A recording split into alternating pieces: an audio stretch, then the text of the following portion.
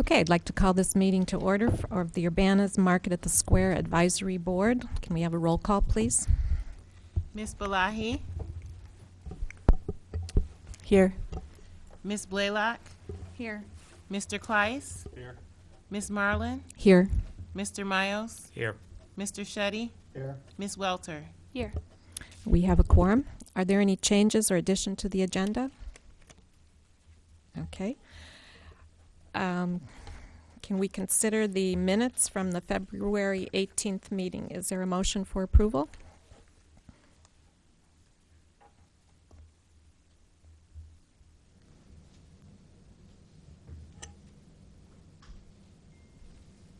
Approve. Moved approval? Mhm. Okay. Is there a second? I'll second. All right. Any additions or corrections to the minutes?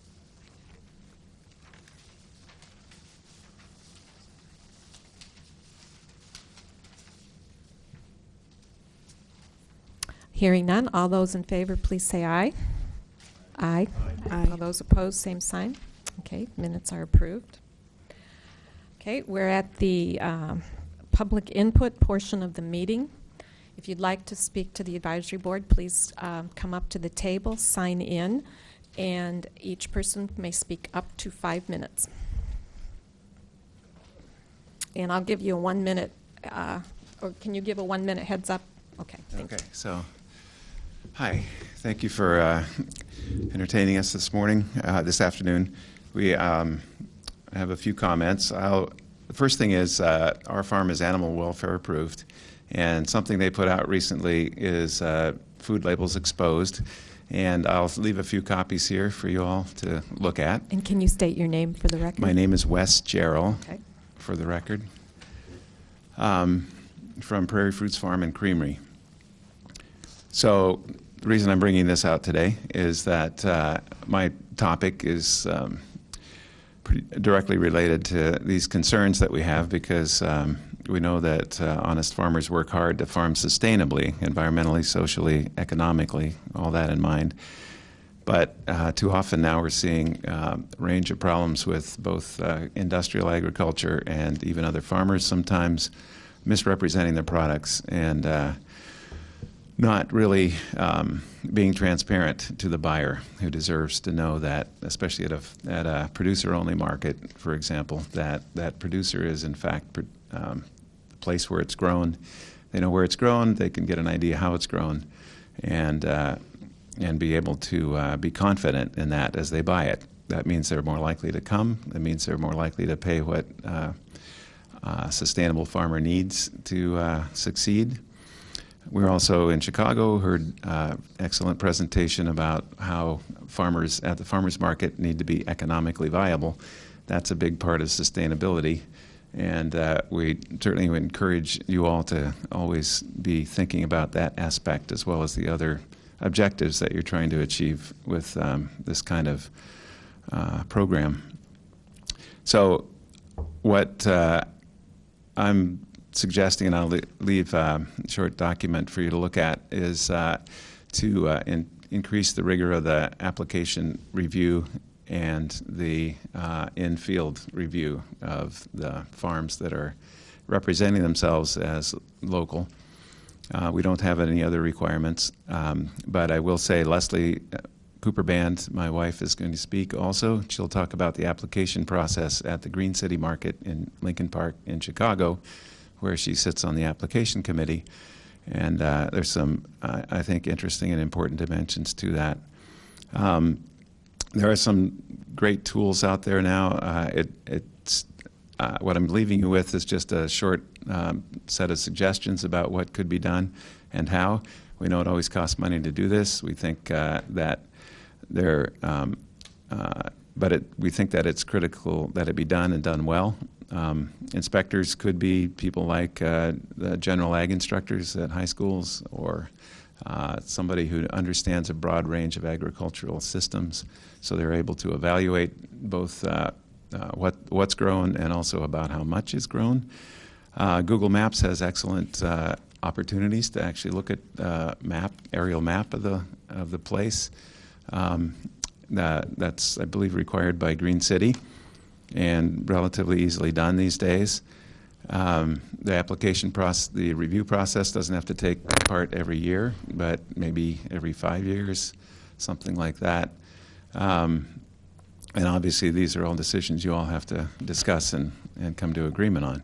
But we think that there are important things to consider, that if there's is a complaint that seems to be legitimate, probably after review by this committee, that there be reinspection opportunities, and that if the farmer has been shown to be in compliance, that's made extremely clear, so there's no You have 1 minute. spot on their record. Thank you.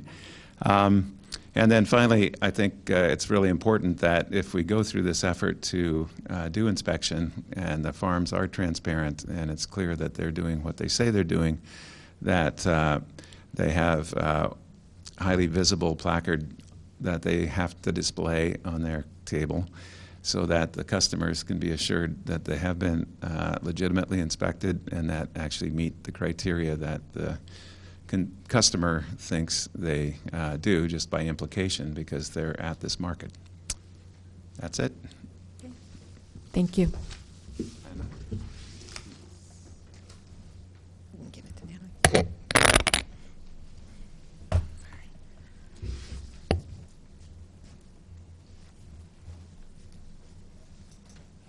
Les, you didn't sign it. Okay.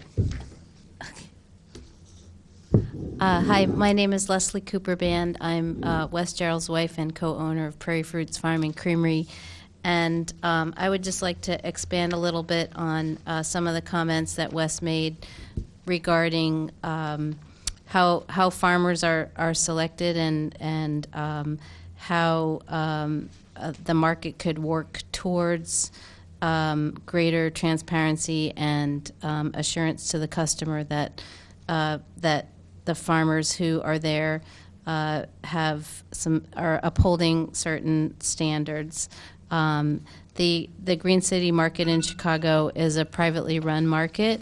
It is run by a nonprofit, and they require all of their vendors to have a third-party certification that exemplifies practices of sustainability, and examples would be certified organic, certified naturally grown, animal welfare approved, certified humane. There's a environmental program that's specific to growers in Michigan, that Michigan, particularly the fruit growers, have been certified through. And so those are some examples. The other thing that they have struggled with are beginning to acknowledge that the customer base is fairly stagnant, and we are noticing that here as well.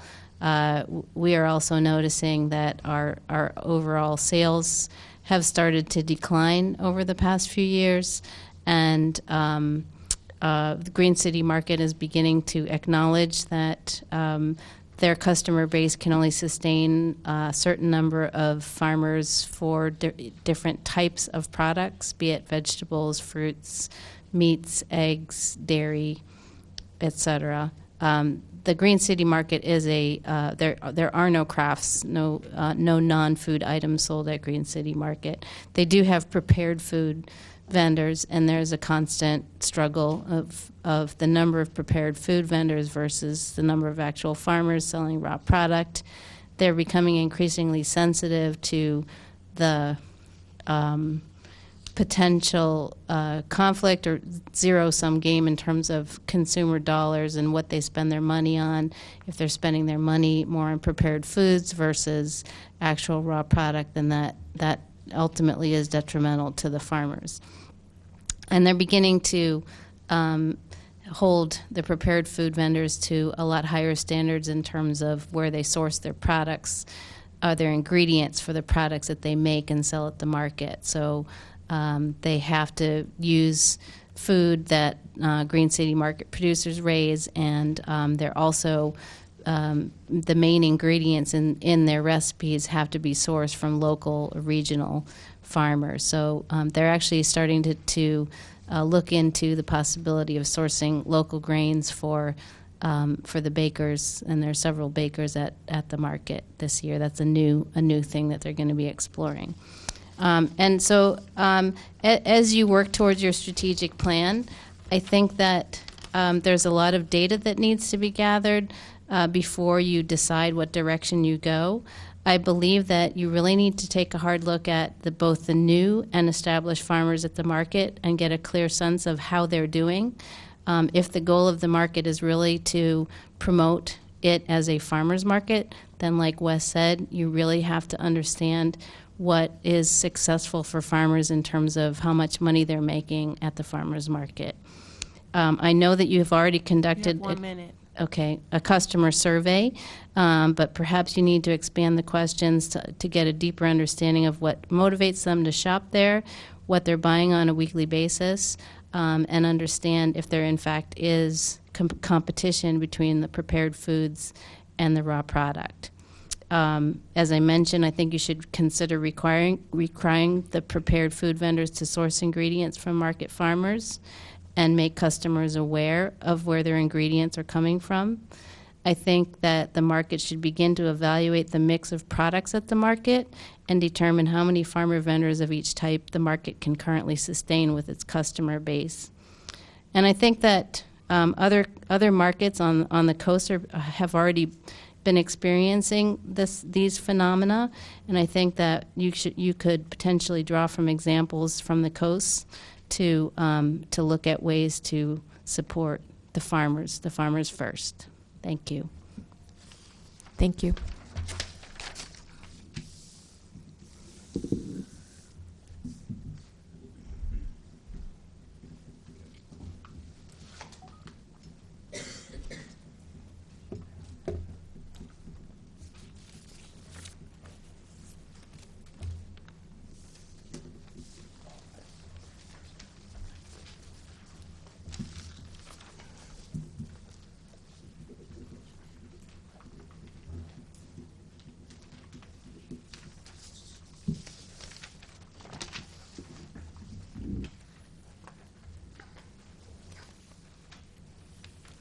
Okay, please state your name for the record.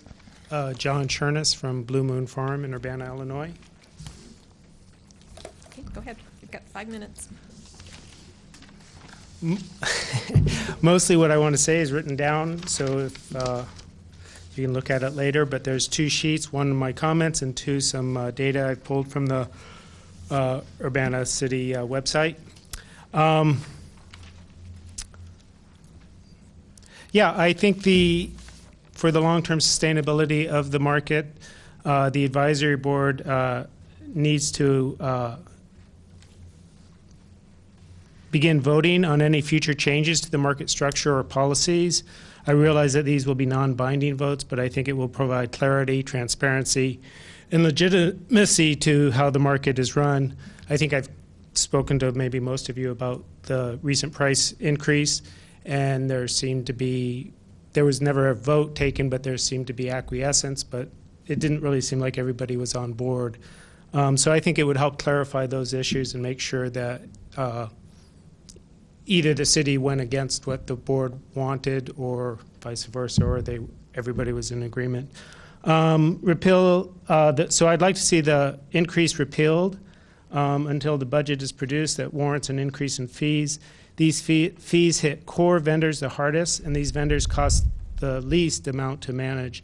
If you look at the data I've passed out, the city's own budget provided in the annual market reports show the following. The market has an operating surplus over the last 10 years of $37,000. The surplus is close to 3 times the market's worst years. The last 2 years, the market has had a surplus of over $15,000 each year. I'd also like to see that you require that future budgets contain all the city costs and be based on goals that have been clearly outlined by the advisory board. Fees should not be raised simply because they have not been raised in 5 years or that they have found some markets to be cheaper. This market is one of the largest and oldest markets in the state, and should run more efficiently and hence more cheaply than other markets. I'd like to see that the market accept no new vendors until the following have been addressed. The market mission is reaffirmed and clearly states the market's mission. I'd like to see that the market at the square is once again the Urbana Farmers Market.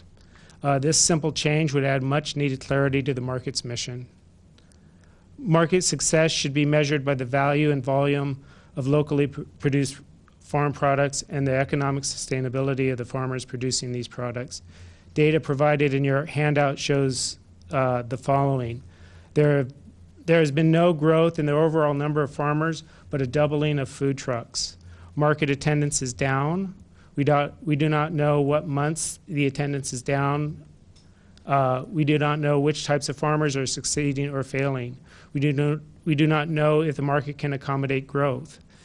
I would argue that the data suggests that the market is actually spreading fewer customers between more vendors. Finally, I'd like to see appropriate methods to measure success and failure at the market, the number of vendors by type, confidential method to measure the sales by vendor type, vendor turnover, which vendors are turning or which are leaving the market, and number of customers per week, and make sure that the survey data that we use is consistent from year to year and it has some efficacy. So that's it. Thank you.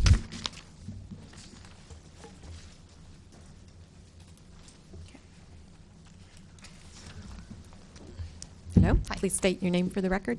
Kelly Jo Lamb for Piattos. I think it's safe to say that I purchase from all the farmers in this room, the ones in front of me and the ones behind me, so I'm not prejudiced against anybody, and I think they all know that. There was a buzz around saying that the food trucks might have to purchase food from the farmers in order to sell at the farmers market, and I don't have a problem with that already because we do that anyway, and these guys all know that, and I think it's a brilliant idea. If you're a food truck at a farmer's market, I think it's a no-brainer to have the farmer's product on your truck. There's two ways to look at this. I sit up right next to Stan, and we were doing specials. We started doing specials each Saturday. We did like a farmer's market BLT. We had Blue Moon's mixed greens and tomatoes and his bacon ends, and sold so many of those things. And I was like, the bacon is from Stan, you know, hoping to get him some more customers his way, which he was doing the same thing. Go try out the bacon. It's over here at the truck, you know. I think it's a brilliant idea. I'm sure that some of the food trucks may not like it, but it's kind of a no-brainer to me. And I think that's very valuable. Not only that, on the farmer side, as it's been explained to me a few times from different farmers, yes, I am purchasing it wholesale, which is at a cheaper price than what the customers are paying, so it's taking money out of their pocket. And this is also a way to put money in their pocket. It's also a way to showcase, you know, those people that are buying Stan's bacon or the sausages that we did, you know, whatever we did of his product, they can buy that from him and do whatever they want at home. So I think it's a huge consideration that you guys should have about with the food trucks. As far as the amount of food trucks, I've talked to Natalie about that last year. And yes, the more, it's hand in hand with the farmers also. The more farmers you have that are growing the same stuff, the less these guys are going to make. Just like the food trucks. The more food trucks that there are, the less everybody's going to make, and it just doesn't work out. So I would consider how many food trucks that you would have. Another idea that you might think of, and I apologize that I didn't look at the current website for the farmers market. I don't know if there's a way that you can state on there, this product has already been taken care of. If you're a new vendor, and you don't know what's at the farmer's market, does it state on the website what's there, what farms are there, what food trucks are there? Is there a way that if, let's say, Blue Moon's not there one week, then a new vendor could come in, but that's stated on the website? It's just, I understand that you have to sell your spaces. I got that. And obviously, I'm sure you have a lot of new vendors that want to come in, but it's the people that have been dedicated to you. You have to listen to what they say, and you know, it's just a matter of loyalty, which is what I expressed to Natalie last year when there were more food trucks coming in at the end of the season.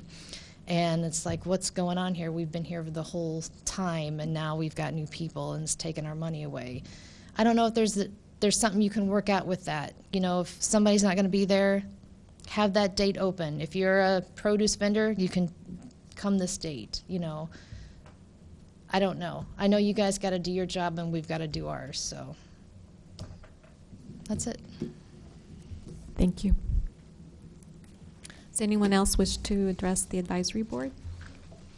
Okay, thank you very much for your comments. We'll be taking this into account.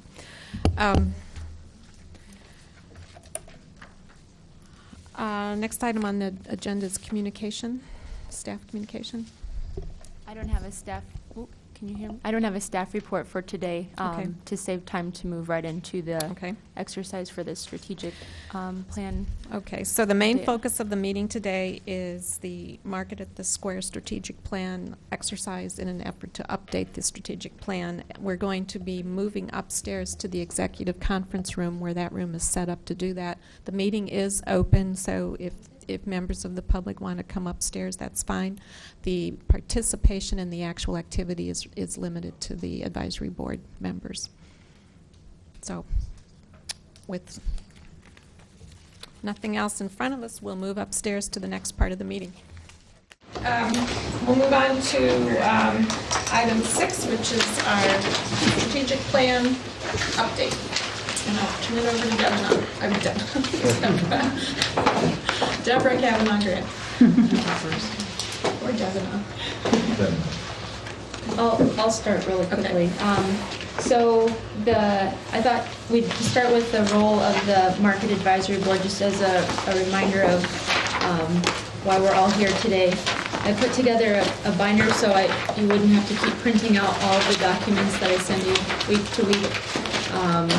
I think you should all have it. But on the third page is the Market at the Square Advisory Board member duties, roles, and responsibilities. I don't know that we've gone over this before, but if you want to just take a quick second to go through it. The roles and responsibilities of the board may include but aren't limited to considering the future growth of the market, that it's consistent with its mission, research and seek additional funding sources for the market, encourage public participation in the market and its related events and programming, cooperate with other entities on matters regarding the market, offer educational programming to the public regarding the market and the local food system, coordinate events and outreach related to the market, implement the market's strategic plan, and update the strategic plan when needed, that's why we're here, and to take such other actions as the mayor and council may direct from time to time. Appointments are for 3 years. If a board member resigns or is removed from the board, a successor shall be appointed by the mayor with the approval of city council, and then we'll serve out the unexpired period of the term. And a little bit about being absent from meetings. And just to add, we do have a board member, we may have a new board member joining us. They're on the agenda for this coming Monday's council meeting to fill the vacant seat, which we have yet to fill, of an artisan vendor. So Brian Curlin with Antique Sterling Spoon Rings is on the agenda for approval on Monday. So just wanted to make sure we had a chance to go over the roles and responsibilities of the board. If anybody has any questions. I would make sure people check their contact information on the previous page. There's a typo in my email. Oh, okay. It should be D.W. Marlin, but no L at the end. Thank you.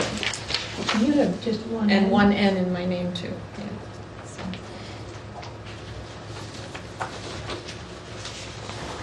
We will update How that. does that compare to the, on page 23 and 24, it says advisory board? Of the strategic plan? The first, well, the second section of it says, I don't know what. The Sure, the information on, stuck in my binder. The information on this page is pulled from the ordinance that created the Market at the Square Advisory Board. So that's where it came from. So the strategic plan was created with the suggestion to start a Market at the Square Advisory Board. Gotcha. And so what's detailed in the board member duties, roles, and responsibilities all comes from that ordinance.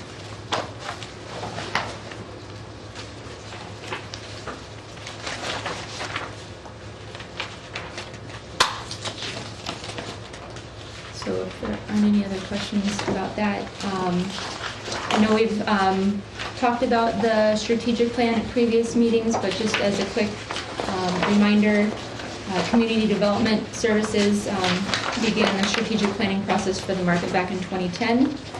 It was in response to the City Council goals to incorporate the market as part of the city's environmental sustainability goals and from community interest in the future of the market. So there was a steering committee of stakeholders that helped guide the planning process. And a part of that effort included data gathering, extensive outreach, public meetings, surveys, and an open house. And the steering committee studied the history of the market as well as trends and issues back at that time. From this information, a mission statement was created, which is what is taped on the wall behind you or in front of you. And it's also one of the very first pages of the binder that I put together for you. It should come up there. And then from that also was developed a set of goals and implementation strategies. Those are also included in your binder, as well as an updated version of the implementation, what is the exact title of this? Implementation Program Matrix. And I added a column at the end that stated where we're at with that at the moment. A lot of things are still ongoing and always will be for the life of the market, but some other things have been accomplished, such as creating the Market at the Square Advisory Board, or adding permanent seating areas at the market. That's been something we've been working towards, with more seating going in this year. So now that we're at the 6-year mark, we've been going through a review of the market strategic plan. In the month of January, a survey went out to community groups, patrons, and vendors. A copy of that survey response report of the survey responses are included in your binder, and that's what we went over last month. In addition to that, as a follow-up to our meeting last month, also in your binder behind that are the actual printouts of the vendor survey, the patron survey, and the community group survey, and that was an export of all of the survey results from SurveyMonkey. Thank you. So that you could see all of the results, and some of them are a little lengthy because there were over 200 of the patron surveys that came in. So that's kind of a quick overview of how we got to here today, and now to help facilitate the meeting and review the market's mission and goals, Deborah Kavanaugh Grant has joined us today, and thank you for coming. My pleasure. Is it okay if I think if I stand, I'll be impeding the, can I sit? Is that okay with everybody? You know, this is an important thing to discuss in terms of a group. So as Natalie said, it's been 6 years since this mission was developed, right? And I think lots has changed in 6 years, right? In terms of what can happen at this market, what happens in the marketplace. Lots of things can impact this. So it's a great opportunity. It's really important that organizations look at this mission statement and see if it's still relevant. And so listening to the people providing public comment, to me, it really even further lets us know why this is important. If we need to be clear with one another, or you need to be clear with one another about this mission, is it still relevant? And if it isn't, you need to think about revising it so that it reflects like the issues, many that were discussed by the public participants. Because things have changed in 6 years in terms of the number of farmers markets, who's participating in these markets. And so some of the things that were raised there, are pretty important. So you can see this is the current mission of the market. So if you look at these words, and here, so when you're reviewing this, I'm going to press the wrong thing. I need to do this. So if you're going to review this market's mission statement, so why is this market in business? Can we have just a group discussion too? I mean, that's the point of this. I'm not going to just keep talking. So why does this market exist? Like the history. Okay, when did it start? 1979. 1979. And so the folks that were at the table starting this market, what was their thought? Why were they doing that? Make money. To make money. And give people food. To give people food. Good food. So people sitting here at the table, would you concur, or we could have a conversation about markets are multifaceted things. What the social benefits, that there's a lot of things that markets do, right? And so you have a lot of different people at this market wanting different needs met by that market. So if you look at this current mission. Well, but by the name farmers market. Right. You kind of narrow that down to farmers market. Right, but if you look at our mission, and that's the thing that becomes interesting. If you look, so it says that, and this is why I think there's tension, because you have this mission and what's happening. So this is the guiding thing right now in this market, saying it's a vibrant market. It connects the community with local food growers and producers, strengthens our local food economy, provides access to local artisans, and serves as a community gathering place. There's other aspects of this market that people who wrote this mission statement valued. And so it's not just a place for farmers to come and sell things, right? It's important, obviously, very critical part of it, but it's saying it's community gathering is a component of import, right? It's saying that. It doesn't say anything about farmers or food. But it goes together. Yeah, but that's the thing for us to talk about, looking at this mission statement. Are there things that were addressed by the public comment, or that has been addressed by this group in the last few years since this mission was established, that you're thinking maybe it needs to be revised in some way to be more reflective of where this market is today? Well, we kind of had this conversation when we did the strategic plan the first time, and we addressed, and I remember doing this because we addressed this in the goals, and goal number 2 of the current plan, and this was the language. Yeah, Yes. ensure that the provision Yeah. of a variety of fresh, healthy local foods remain at the cornerstone. So seeing this as the cornerstone. That was the group I worked in, yes. That's what we really worked to keep as a goal for the mission statement, or for the market. For the plan. So would people agree that that's still pretty critical to this market? It's what keeps the market going. There wouldn't be a market here without the produce and food. And food, right. But as you know, there's all different ways markets, what they do, right? I mean, we have. Well, and every market's different in every location. Right. I would just want to interject that it is a public market, so that does, it's a Urbana market, so that does, can affect the mission too, in terms of what we can do with a public program versus a private program, that it's on, city property, for example, because we know the market changes when it goes indoors. So it is about the community. I know there was a budget information presented, but it's not the full picture. It is supported, at least in part, by the taxpayers of Urbana. So it has a community-wide, certainly it starts with the farmers, but it does have this larger community-wide, simply because it's a city market. It has a kind of the funding restrictions, and then we have some things that limit what we can do in a city, and our procedures and how we set criteria or make choices. We don't have the same freedoms that the private sector might. So that might, I know it's not in the mission statement, but that's a little bit behind something overarching that we're a public market, not a private market. So. Mhm. And there's both in the state, I mean, also, so there's all Yeah, kinds, like I exactly. said earlier, Yeah. you know, there's all different kinds of markets in all different areas, Right. so. No, I think there's really successful private, nonprofit, and public markets, and ours is a very successful public market. Mhm. So, you said, it's John, your name? No, I'm Bob. Bob. Bob Kleis. Oh, I'm sorry. That's all Hey, Bob. It's the, you know, why is this, you said the market is in business because, you know, people want food. Okay, but think That's how it started. So if think about when this market started, in even 6 years ago in the marketplace, about local food and who the competitors are, right? Because if you think about it, this people buy food a finite amount, right? And so where do they go?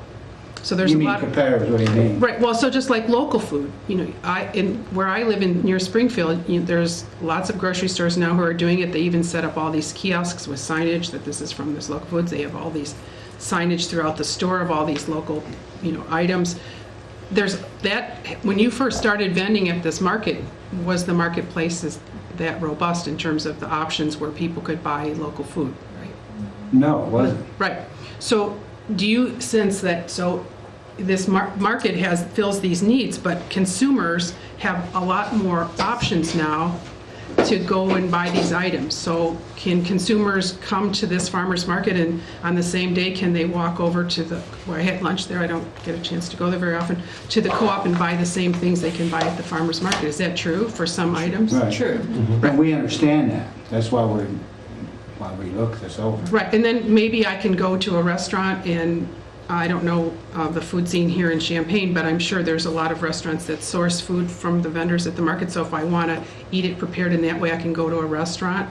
So I think that, to me, is that it becomes the issue of looking at, you know, you have this market, there's been all of these changes, but asking, you know, having this conversation is, you know, are you in consensus about why this market is in business? Because that's going to help determine how you see this mission statement.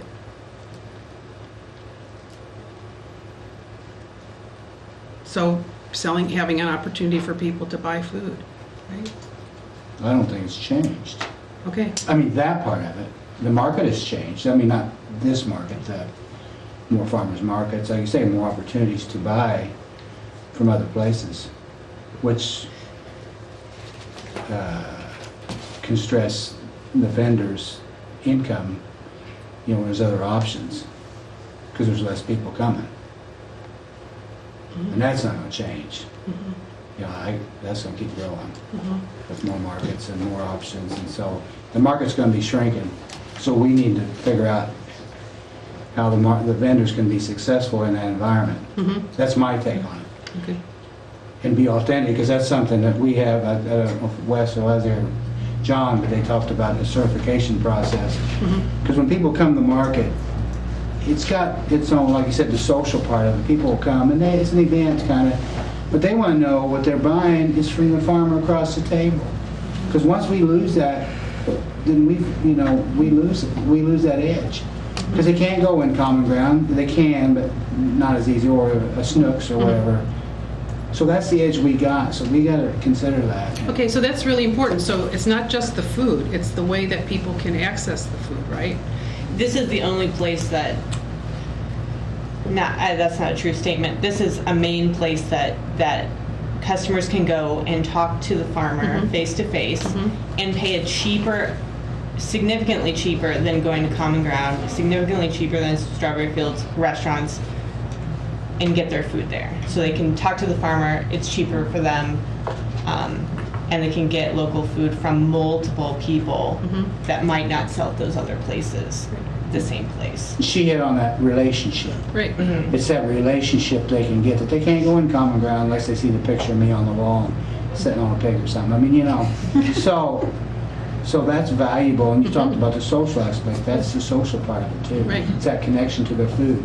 They get to talk to Shay or John or Ken or, you know, across the table.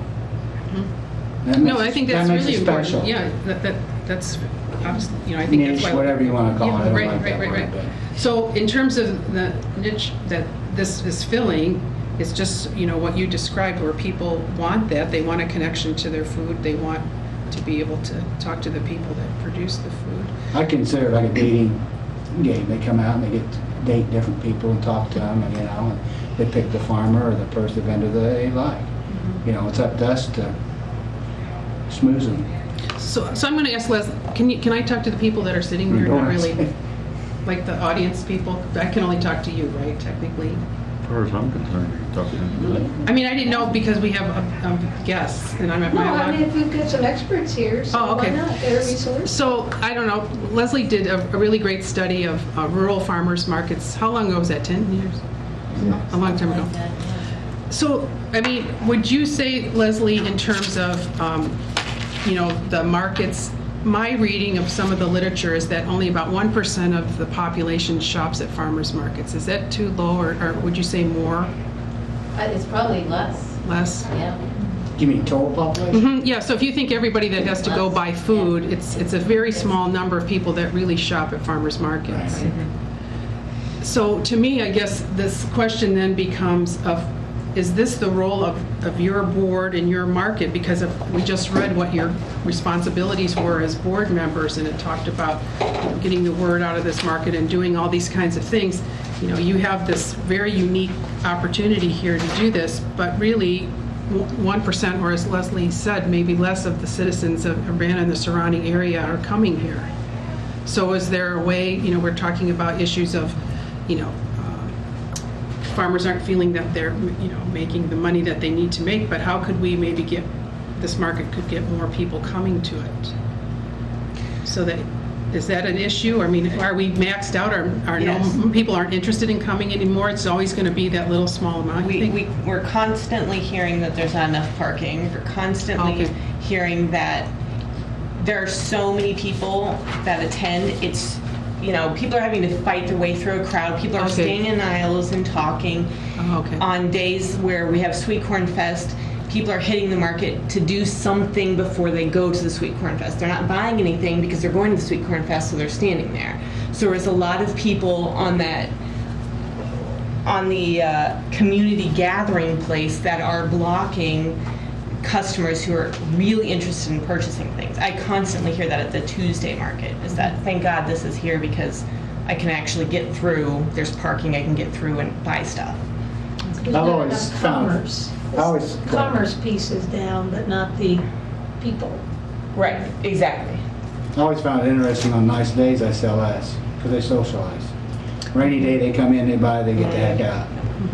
I don't know why it is, but it's just not the 4-inch rain we had in that one year. That there was 300 people. 100-year rain. It was a 100-year rain. Yeah, not that day, but yeah, your nastier days you do just as good or better.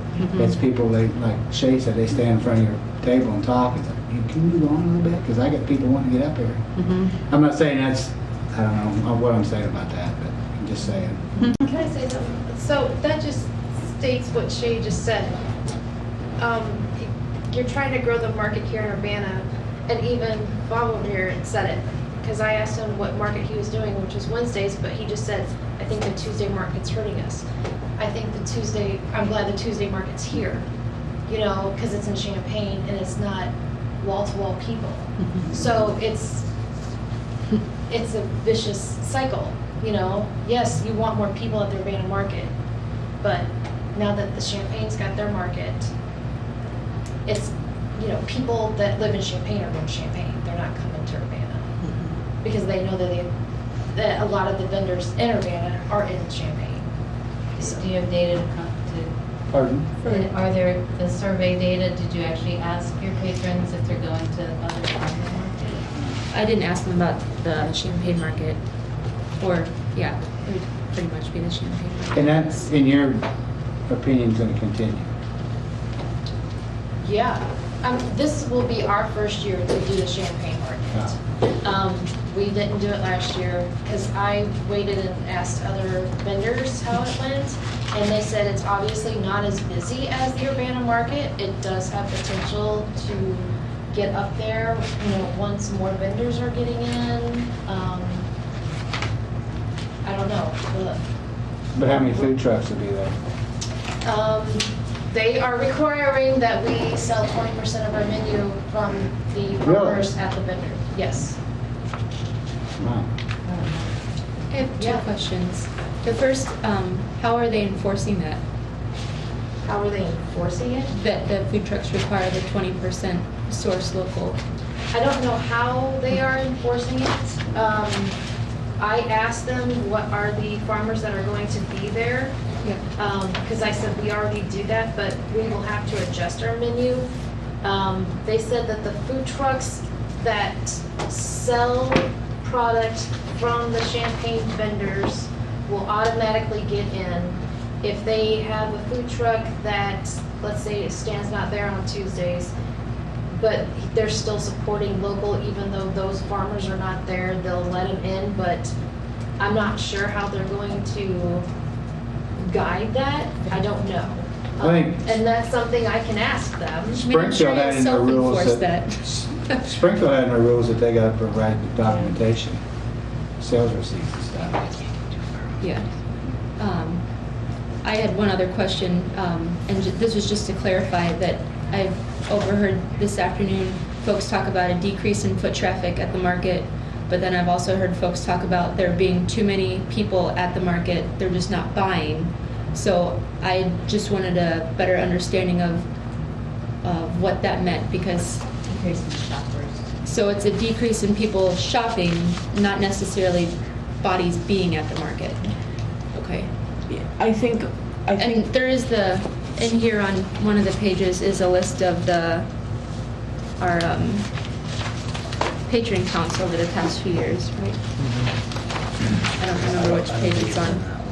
Oh, okay. Because we took it out of that. it's not in there. Is it? It's not in that one. It's It's not right much. past the duties, roles, and responsibilities. Is the patron count that I emailed out to everybody at the end of last season, The fourth page. at least for the past couple of years. Okay, just in light of time too, if we're going to get through some of this goal setting, or looking at the goals and priorities. So I guess the question that becomes really important too in developing a mission statement is who does this market serve? So just some brainstorming, your thoughts here is, who's the audience for this market? Who are you wanting to come to this market? Anybody that wants to buy food. Anybody that wants to buy food. So you're not, in terms of segmenting customers in any way, any thoughts about, because obviously there are some markets that have a desire or to serve low-income populations. And so if you think about that mission and then how that translates into some other things that happen at the market, but you just consensus that just to serve, and then who's the audience? Is it the city of Urbana? Is it Champaign County? Is there clarity in this group about who's coming here? I think you had a survey on where I bought from or something, didn't you, one time? Like a zip code You dot had thing? numbers Have you or done something? that? How far they travel. How about they travel? We asked that in the survey just this Right, past time, and then okay. like 3 years, or I guess it was after my first couple months as market manager, I did a quick little survey asking where people were from, and it's still the same top zip codes are the ones that are posted right here. So I don't know the zip codes here. Urbana, Champaign, Savoy. And those are your main customers coming from? The top zip codes. I mean, if you look in the actual patron survey responses for that question, there'll be lots more. But, I mean, So basically just local. I Yeah. mean, 0 to 10 is the most, and then 10% people drive 11 to 80 miles to attend the market. So 10% drive more than 11 miles. Correct. And then so 90% are coming less than in the community. Okay. So and if you've added Champaign to that, so you already chopped a little bit away there, which is, is what it is. Okay. So So I don't think that's going to change. Who do we serve would be those zip codes. And our city council goals actually state that we want to increase the affordability and accessibility to foods at the market. So the council has supported the Link Up program. Mhm. I know there's cooperative effort with the food bank. Sure. And so there have been concerted efforts made. Okay, so that it's part of your market philosophy and ethic that, that's what's important to this board and to the management of the market to do these things. Okay, so let's go back to this mission statement. And I talking with Natalie before this, I mean, the goal is to leave this meeting today with clarity on this mission. So let's just start here. I mean, are people feeling that this mission is fine?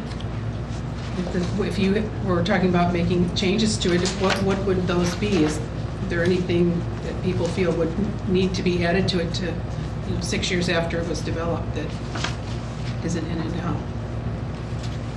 Are you taking notes? We have notes. So any thoughts about that? So if you think about it, and we'll just talk a little bit about what is a mission statement. So we're talking about what's the purpose of the market. So we had a little conversation about this, and these, in my mind, and just talking about missions and vision statements, what does it do? What does this market do? Who does it do it for? And how it does what it does. Those are the things that this mission statement should address. It needs to be succinct so that somebody, you as the board here, or Natalie or staff, others that are involved, farmer vendors, to say, a couple sentences, what's the mission of this market? And that you would be able to say it and not 5 sentences long and then you're not sure what you're even talking about. So looking back at this mission. It's like the Bible, you can interpret it any way. The current mission statement it's good. It's how you want to interpret it. I mean, we could sit here for 2 hours and try to rebeat that thing up. It ended up the same thing. Well, yeah, you can. It's how it's implemented and how it's applied. And, yes, that's true. It's. I mean, that's all fluff to me. I mean, it all makes sense. It's all good. Mm-hmm. But it's how it's implemented and how the devil, like they always say, the devil's in the detail. Yeah. One of the things, one of the first things I did when I became market manager was printed out and it sits above my desk. And so one thing that I've noticed about it is that 4 things come out of that mission that you can see, 4 or 5 things come out of that mission that you can see in these 10 goals. And so I wouldn't necessarily say that the mission statement is fluff, because from it you can pull out that the market connects the community with food, strengthens the local food economy, provides access to local artisans, and is a community gathering place. So if someone were to ask me, well, tell me about the farmers market in Urbana. Well, we connect our community with local food growers, work to strengthen the local food economy. Maybe that's where we could expand upon who our audience is in Urbana, Champaign County, something like that. Provides access to local artisans, serves as a community gathering place. Like, you can pull those things out of the mission and then state it to someone asking a question. Fluff might have been the wrong word, but it's still just a statement. Yeah. Like I say, the devil's in the detail, and if sales are going down, people are going down, even though, we don't want a crowded market, but that's however you want to look at it. But if sales are going down. But mission statements are important because you're needing to make, so we're talking now, and there's these things that were brought up in a public from the participants, and so how do you make decisions? And so you're the board, an advisory board, and then there's staff. And so that clarity on that mission statement is going to help them, guiding them and making decisions. So as the market manager, Natalie is constantly having to make decisions about how to interpret that, right? On lots of levels. So not all markets allow artisans. Right. I mean, that's just, some markets choose not to have that. Okay? I mean, that's just how it is. And then some who do have artisans have very clarity. They have, juried artisans, and they have art folks, and they get together, and if you're going to be a vendor there, you have to go through this arduous process to figure that out. It's not just whomever wants to show up. We just finished this training program. There's a market, the oldest market in Illinois. They let the Tupperware person come in. They have, the whole spectrum. So that's what I'm saying, and the mission statements are different. So that's why we're here today. This is important because the group of people who put this together at that time, this met the needs and the wants of the people sitting there. So here we are 6 years or later, is this still what you want? Well, the artisans thing, it's in the strategic plan, the matrix she's got down. Yeah. One of them in there, appropriate ratio. We've never really talked about that. My count is there's about 49 and 49 food-related people, and there's 75 non-food. That's about 3/4 of non-food. So a lot of markets go 80-20. But we've never addressed that. But that's could be addressed. That's already in there. That is over the course of the 27 or 28 weeks. That's not on a single day at the market. Well, still.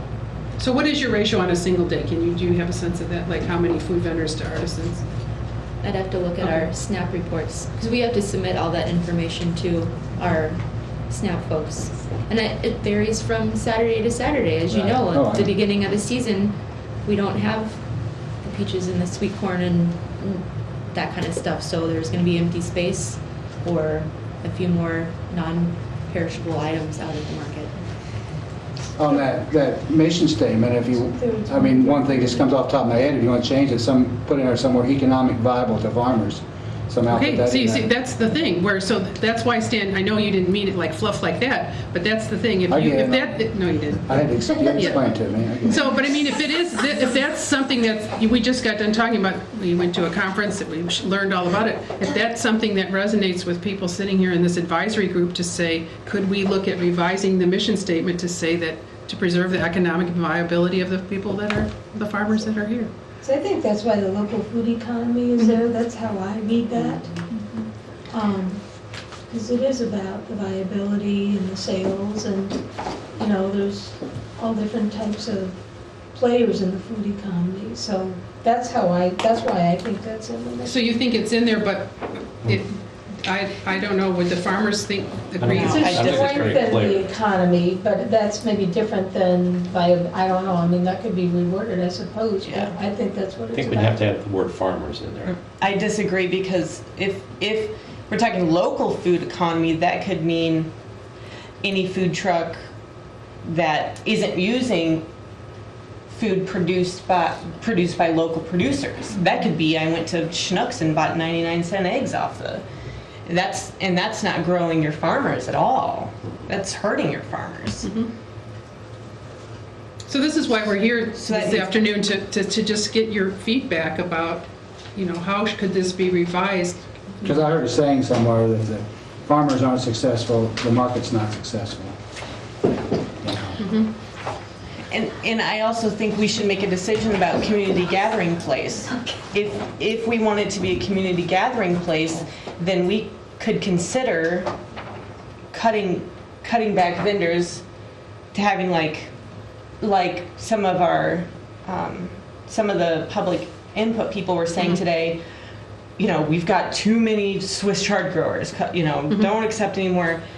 So if we cut back some of those people, we would have space to be a community gathering place. But right now, we've got so many vendors packed in that there's nowhere for anybody to gather except for in the aisles blocking all the vendors' spots. Mm-hmm. So, there are two choices. I read in our handbook that it does say that you can limit, if there's too much of one item, and I'm not saying it right, but you can limit that product from not being at the market. Yeah, I mean, the market manager has that discretion, and so when you do, Natalie uses Manage My Market, and you guys all use it, and so there's a listing, a very detailed listing of the products. So like I'm now involved in getting a market off the ground, and I just prepared from the initial vendors we have a humongous spreadsheet and of every single item that's going to be sold at that market, and then the list of the vendors, and I can see how many exactly people are selling this and this and this and this. So it's some. But that number don't do no good if you don't know how the sales are going with the. I mean, yeah, there's 30 or let's say 10 or something, but like in your case, it's going to be a small market. 2 is going to be plenty. So that person. It's has all to make relative on the size of the market. Right. And we're also going to collect sales data, though, so we're going to know every week how much money every vendor's making. Because otherwise, then we're just talking about it, we don't understand like what you're saying. You're saying that they aren't viable, but if you don't have numbers, so Natalie, you went to great lengths in terms of, data assessment. And farmers markets across the country are seeing this as a critical thing and looking at collecting data. That's gonna be tough. Well, I mean, how else can you even say you aren't being profitable at the market if people won't? Because everybody's costs are different. Well, that's. So profitability is everybody, you can have a grower that's good and a grower that's not good, and be selling the same price, it's going broke and the other one isn't. So that unless you know his input costs, which you ain't gonna get that, you're not gonna know. All you're gonna do is know gross numbers, and gross don't mean nothing. So, my saying was, you go by at 12 o'clock, you walk to market, and whoever's throwing stuff back in your truck, you've got too much to market. You know what I'm saying? If they're taking home, so many flats of tomatoes, you get too many tomatoes to market, unless it's peak season. So the numbers thing, you're not going to be able to regulate it. It's not going to tell you. It's going to tell you, but it's not going to tell you where you need to go. That's got to be a touch-feel thing, and just knowing who you're letting in. So we heard Shay said that you needed to add. So how would you revise? So this word that's here as serves as a community gathering place. You're fine with this in here, but you're saying that in terms of the management of the market, it then becomes how, if that is a priority, then the market needs to think about how that they do that in a way that it doesn't impede the selling of the products. Because if we value this is an important thing, right? Yeah, I think there just needs to be a designated space for people to commune together, to gather. And right now we don't have that. So either we... But I don't think you're ever going to get people to go in a... Pandemonium Donuts just in send them space. that way. Yeah. So the things I'm hearing aren't so much mission, they're more about problems at the market, congestion. I've heard congestion's a problem. I've heard that there's redundancy in the product and that sales are going down. And then I'm detecting that there's concern about some of the food trucks, not sourcing when they could. Now, everybody loves the donuts. I don't know what they could do to particularly source, or my favorite's a popsicle guy. So, they kind of had some variety, maybe in the community gathering piece. Kelly here's got an ability because of what she's able to make that she can source. So, it sounds like there's some concerns about the curation of the food trucks and the type of vendors. And the food vendors is complicated because, the growers is complicated because you have seasons and you might have a bumper crop. Might be really hard to say, well, everybody's got chard and everybody's got tomatoes. Well, since you've got a lot of tomatoes, you can't come this week. So that might be difficult to curate at that level. But probably, a lot of these, you tie to the mission, but these sound like kind of operational adjustments that are made on the layout of the market and the priorities that are assigned. And then maybe the proportion of the artists versus the prepared versus the food trucks versus the growers. That's a piece that's ever evolving. So we do have limits in the market. We have kind of a limited geography there. And we definitely are concerned about parking and traffic flow and pedestrian flow too. So. There is some markets that say, I sell pork, beef, chicken, whatever. There is some markets, if there was a main beef vendor there, say, that had been there longer than me, they decide they don't want a beef guy, then I couldn't sell beef. Mm-hmm. I know the Evanston market limits to what products you can sell. Right. So it can quotas. So it can be fine-tuned. Yeah. And one thing I would throw out is and there again, I think it was Leslie said that Green City does it, that the advisory board has input on the applications. We help review them. We can't say yay or nay, but we know what's going on the ground. Like Kent knows who his competition is and if you got too much or not. Bob would know, and I know the meat part of things. So if we had input on that, we could eliminate a lot of this stuff from the get-go. You know, yeah, like you say, there's gonna be peak seasons, you know, like last year's strawberry season was 3 weeks because they got hit by the wet weather blight, you know, so you couldn't have got any strawberries there. So that wasn't a good point. So would people then say, with the statement that, you know, a lot of this has to do with the actualizing of these things in here, is this mission statement okay? I think it is. I think it hits the 4 important points that the customers and the people who come to the market want, and these other issues, we can deal with those in the implementation or possibly the goals, but the details are in the implementation matrix, and we can set very specific very specific plan of action in those. But as far as covering what is important to the public, from what I hear from the public, this still is on the market. Did everyone get a chance to review what the patron responses were? And has there been much look into what they would like to see that at their Banner Market that isn't currently there now? What page is it on? So 15 of 42. In the patron survey, pages 14 and 15 lists. Can you say some of those? Because I would be interested in this. Yeah, I mean, for example, local wine and beer, spices, more meat and cheeses, more organically grown fruit, more baked goods, affordable cheese, prepared foods like salsas, pastas, more eggs, more milk,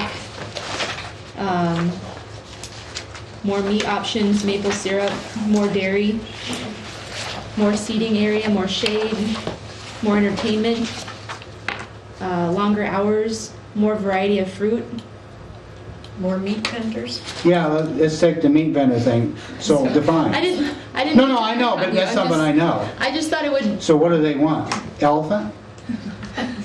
There's 3 vendors that do Rabbit. pork. Somebody says rabbit. Okay, rabbit, Oh, that'd be someone said fine. duck meat. That would be fine. Yeah. But you got 4 pork, beef, chicken people and do eggs, and 2 of us do turkey, and 1 does lamb.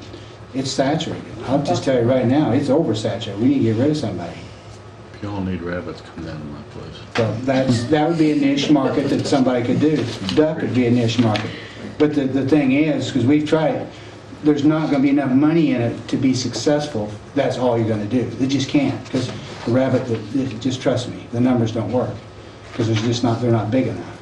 And the processing costs 50% of the rabbit, so the price points are too high. So some of these things that people want, you know, we find this all the time, people want, but what will they pay for? I just wanted to make sure that we didn't just do the survey for nothing. And I think of the 4 years that I've been market manager, this is the most feedback most data that I've been able to collect from community groups, patrons, and vendors, besides just word of mouth and folks stopping by and saying something, you know, as they've been shopping. But I would like to make sure that we utilize this data as best as we can as we think about the mission, about our goals, about our discussion, because the customers are important as well. Okay, so just in light of time, we need to move on to the next conversation. So I'm hearing there's consensus from this group that this mission statement that is going to take this group forward for the Ayes or? Yeah, I guess so. Do you want to vote? Because someone mentioned that. How do you want people? Do you want people to say yes? Raise their hands? Is it just? And we're not changing anything. No. Adding anything to it. Is that what I'm? Reaffirm the mission statement. So I don't know how do you have, when people do things, is it something like that, or? Sorry, Libby, do we need to do a vote to reaffirm the mission? You know, this is like a study group. We can decide to do that or not. I think it's probably a good idea so we can move forward. Right. Is there a motion to reaffirm the Market Square mission statement? Also moved. Moved by Stan. Second it. Okay. Second by Ken. All those in favor, please say aye. Aye. All those opposed? Great. Okay, so what we're going to move into now is this review of the strategic plan goals. And so, they're put up here along on the walls, and they're in order, so we have, and they have them in their handbooks? What Yeah. page should everybody go to look at in the second one? Under the strategic plan, they are on pages 5 and So if 6. everybody could turn to pages 5 and 6, and they're listed in there. So in conversations with Natalie about this is looking at, there's 10 goals, and I may like the word, if people would consider using the word priority, currently for this market. And so our task here right now is to have a conversation about these 10 goals or priorities, and if there people were amenable to looking at these and reducing them to, let's say, 5, so that maybe we don't need to, have all of these goals in the future. So let's just maybe go through them so briefly, and then we can talk about if people see an opportunity for decreasing the number. So the first one is to preserve and enhance the character of the market. So Natalie, what, or others that were involved in developing these, what were people thinking of in this one? What's for number 1? I wasn't involved in the original process, I've stepped but since then, but I feel like it's kind of a vague goal. well, it could go along with your mission statement, or, I mean, you could tie a lot of that in there. But as We don't mentioned define earlier, I what think by character is. John or Yeah. Wes, the whole placard thing, it's a grower's market. That's the character that, to me, or like Shay said, the relationship, the character of the market there, so that could be the character. If there was a system in place that, so people come, they know it was a grower's market. That would be, like, number 2 is maybe, Could be. I do think that character was a little, at the time we did this, there was a sense that people didn't want it to change too much, perhaps. Oh, okay. So maybe it was a kind of an overarching worry or wish at the time. But perhaps number 2 is, that might, if you're looking to reduce or combine these, maybe you don't need number 1 because the character isn't even defined. So, maybe what we really meant perhaps were some of the other ones. It was related to what the components, the 4 components of the mission statement, and make sure we kept those. I think that's what that, how we do it, like provide some gathering spaces for people or provide shade. I think it does tie to number 6, the part about social gathering places and interaction space. But maybe we could somehow incorporate that into 6. Okay, because we have crafted, so I'd like to take us through this process, and there has been a conversation between Natalie and myself to like our ideas about reducing those, and sometimes it's easier to reflect on somebody's suggestion and go from there. But I'd like us to go through these 10 to see how people are feeling before we go there. So number 2 is ensure that the provision of a variety of fresh, healthy, local foods remain at the cornerstone of the market. So everybody sitting here says this is it. This is like super critical. Yes. And it probably should be number 1 in the goals, right? Yes. Encourage a dynamic, diverse, and quality market. So what do people mean by that word? Dynamic. What does that mean to people here?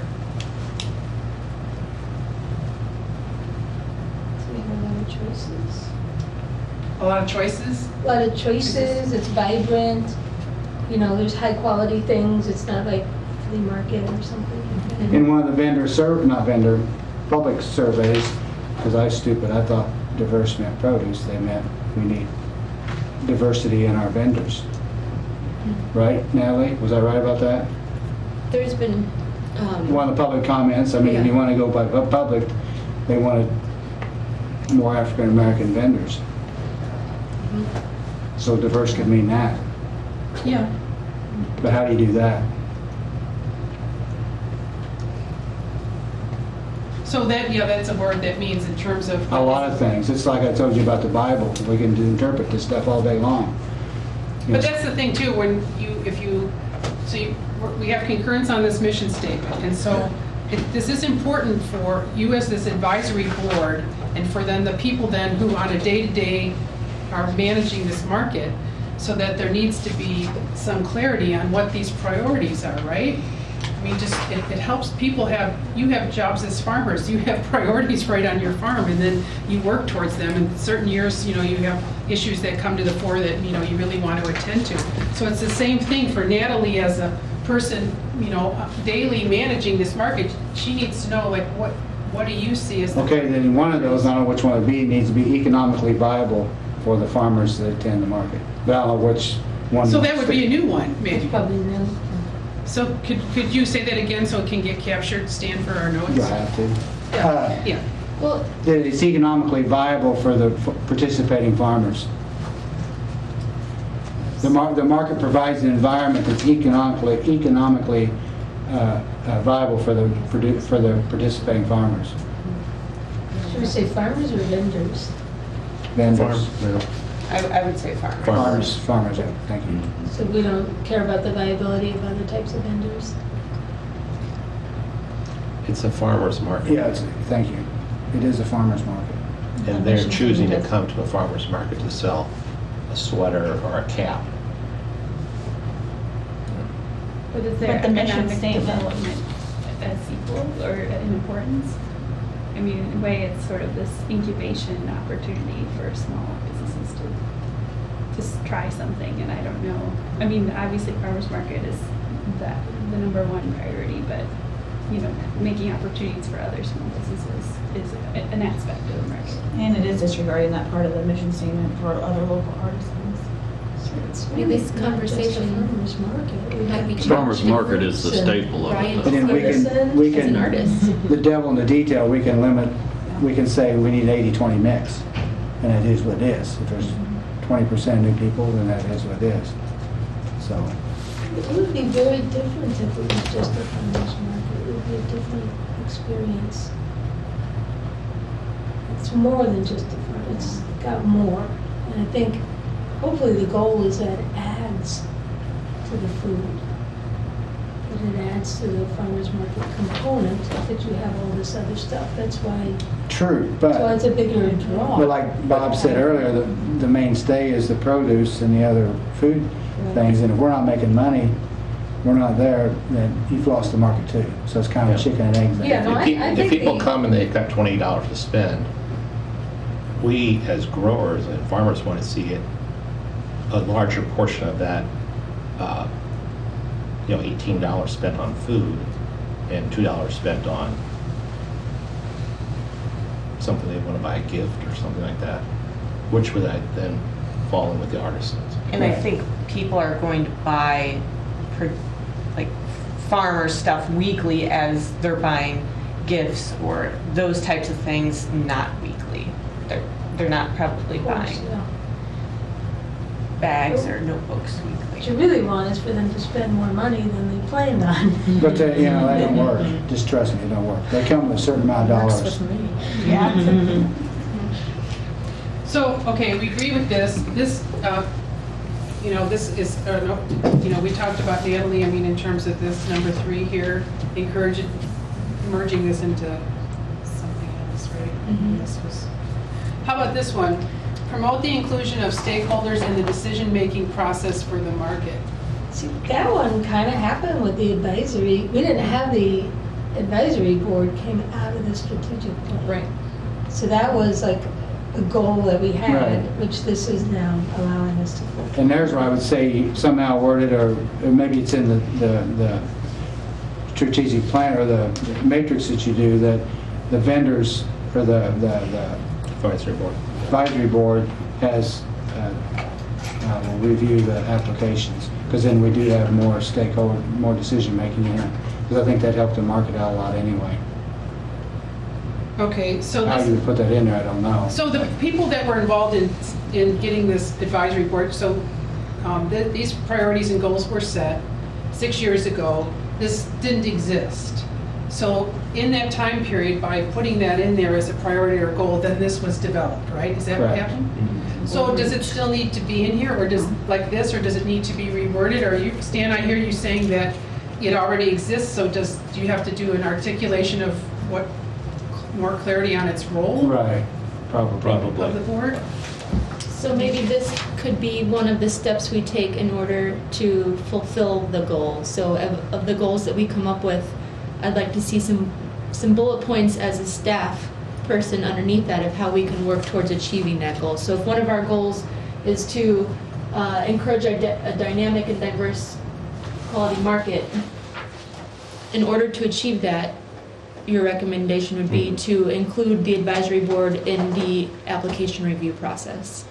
So therefore, it's no longer a goal, but it is leading up to working towards achieving that goal.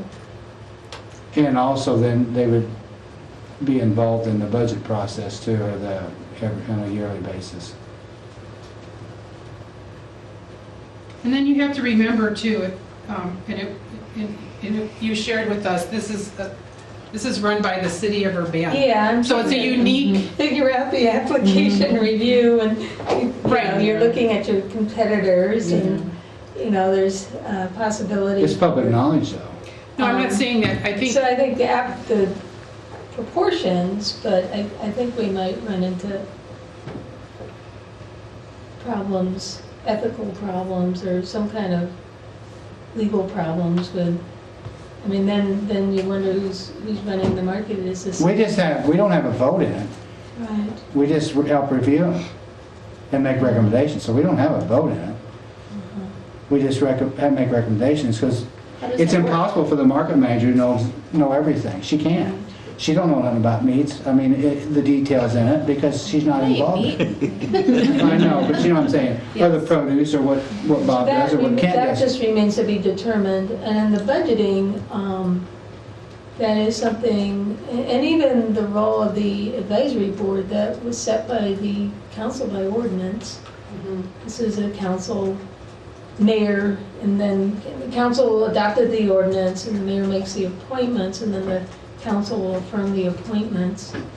So, I actually thought it'd be helpful to get the ordinance. Doesn't mean that ordinances can't be maybe an amendment or an update, but it still would have to be, council would have to review that. The mayor's done, the budget is done each year by the mayor, presented to the council for their confirmation. So, but Natalie and I do a markup. And we're doing that right now, and then we advise the mayor and the finance director. So. But we had asked, why the 5% or it was 25% raise. We don't have a clue. Well, I can tell you. I mean, I had a nice meeting. But I'm just saying, is when we're out on the ground, on the market, people are coming to us because they know we're on an advisory council. I don't know, So you want more transparent? I mean, this is an advisory thing. It's over like how this works. So more transparency, more involvement in these decision making. But we still advising. Advising, right? We're just an advisory. That's all we do. And we're really just kind of getting started, being more active in the board. And I know that John had asked for the budgets to be, past budgets to be copied, and we now have a handy-dandy open data system where everybody can get on. And we didn't have that a year ago. It didn't exist. So we actually have better information than we used to. But I know how money, and Natalie's explained this to us over the years, how money's moved back and forth, and she's good at doing that. So what you see on paper is not always what you see what happened. So, yeah, it's complicated, but it's going to be clearer. We're actually going to have the market, this budget coming up, we're actually going to have the market in one fund, not mixed up with other stuff. And I know Diane and others have been asking for this for a while, so we're finally going to get that done. And I think it'll make it easier for the board to understand it because it'll be in one place.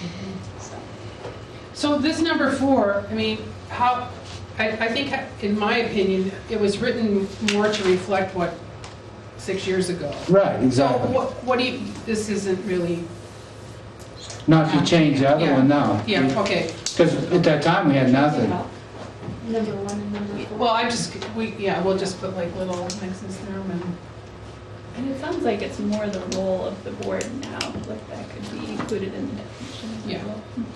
So this one too, consider future growth of the market that is consistent with its mission. So what was the thinking about with this number 5 when people met? What were you guys going for there? Well, again, I slept since then, but reading between the lines, it's just what we're speaking to. You know, smart growth, which you could include that in number, whatever number that is, the other one, the dynamic diverse. You know, because if you got the advisory board involved in it, and we make sure it meets the mission. I think if the indoor market was, We had right? talked a lot about lengthening the season, lengthening the hours of the market, combining with the indoor market in Lincoln Square. So it was a lot of, that's the kind of growth, providing a permanent shelter and location for the market. It was that kind of growth that had been discussed. But more hours don't mean more sales. Well, I know, I'm Just not keep saying that in it mind. does. I'm not saying Oh, it no, does. I know, I'm just making Those sure. were just, that was just, was under the growth. There's a reason sales are down in October, because it's just, again, people are tired of it, Right. you know. And it didn't used to be that way, though. Really, October used to be the busiest month. really. And actually, It's hard to believe, but it it did. says in here, a lot of them says, I wish it was open till 1. Wish it was open longer. 2 years ago, when the market started, it ran from sometimes till 3 o'clock in the afternoon. Customers were still coming. People get up later, some people get up later. A lot of people And they get have up later on activities in the Saturdays. mornings. It's probably like anything, they'll adjust accordingly. But The that younger was what was people included in don't the even award wake up till program. then. They get up later, yeah. Students don't. But yeah, you can combine all of those. So really, this, in terms of incorporating it and other things we've talked about, should, in terms, The only really reason I like it is because it is vague, but if we can make it more specific, because if we're talking about the growth of the market, being consistent with the mission, like the mission is going to say local artisans, local food. True. And if we're looking at growth of the market, do we want to include Tupperware people? right. Well, this says no because our mission says no. Yeah. So that is clarity on the growth of our market. Because if you think about, put yourself in Natalie's position. She gets all kinds of calls and all kinds of questions, and people are always trying to push it, right? Right. So if that Tupperware person calls, you have this advisory board, very thoughtful people, a clearly stated mission statement. Now we're talking about having these priorities. She has right in front of her, thank you for your inquiry, but it doesn't meet with our mission and our goals. She doesn't decide. She doesn't have to sit there for every little thing and decide. That's why this is so important, because then you're sharing with her in the city of Urbana, right? What they are wanting to accomplish here. So I think that's really important to remember, because you get lots of I mean, I was out one day last week and had 7 voicemails the day that I got back, 3 of which were vendors I had to immediately turn down because they don't meet within this mission. And this growth also included infrastructure. We've upgraded electricity, we've reworked the parking lots. I mean, Okay, it's, so yeah. it's important. I think this one's important. So it's important because Yeah, so if we combine 3 and 5, that wording is extremely important to me. But in the handbook, under definition of vendor business types, it says same or similar products in excess, duplicate products may be denied entry. So you can That's deny. new this year. Right, but you could deny them anyway. No, I'm saying, so it's in there. I can, but I also need to make sure that there's language to support that. So when they ask, well, why? I have done all of the appropriate things in That's order where to it be helped to have there. the That, advisory committee on board. and that happens daily as well. No, she needs it written in the policies. not just- And sometimes it escalates. But that, yeah. Okay, my question on your growth. If you're talking about dynamic, diverse, quality market, all right, so just sitting here looking at all these comments that people are asking for, and it's stuff that's not there. Duck meat, there's other things that are on here. So let's say Natalie starts letting all these people come in, where are you gonna put them all? And then there's also need more parking, more parking, more parking, more parking, more parking. Are you going to expand it? Are you going to make it bigger? Is it going to fill up to another one? How are you going to let those people in? And yes, there are times, the beginning and towards the end, they can come in because you don't have as many spaces. And that's my only option to fit them in at this point. the beginning and the end of the market, or when there's someone not there, if they're not a full season vendor. So And- is that fair? Is that right? You're on your growth? Optimizing, I think it's optimizing the space we have.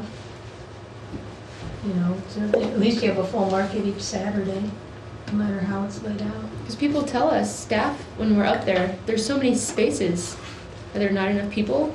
Or I see a space there, can I come? I sell Tupperware. Or there's a space there, I sell tomatoes. I don't see a lot of tomatoes this week.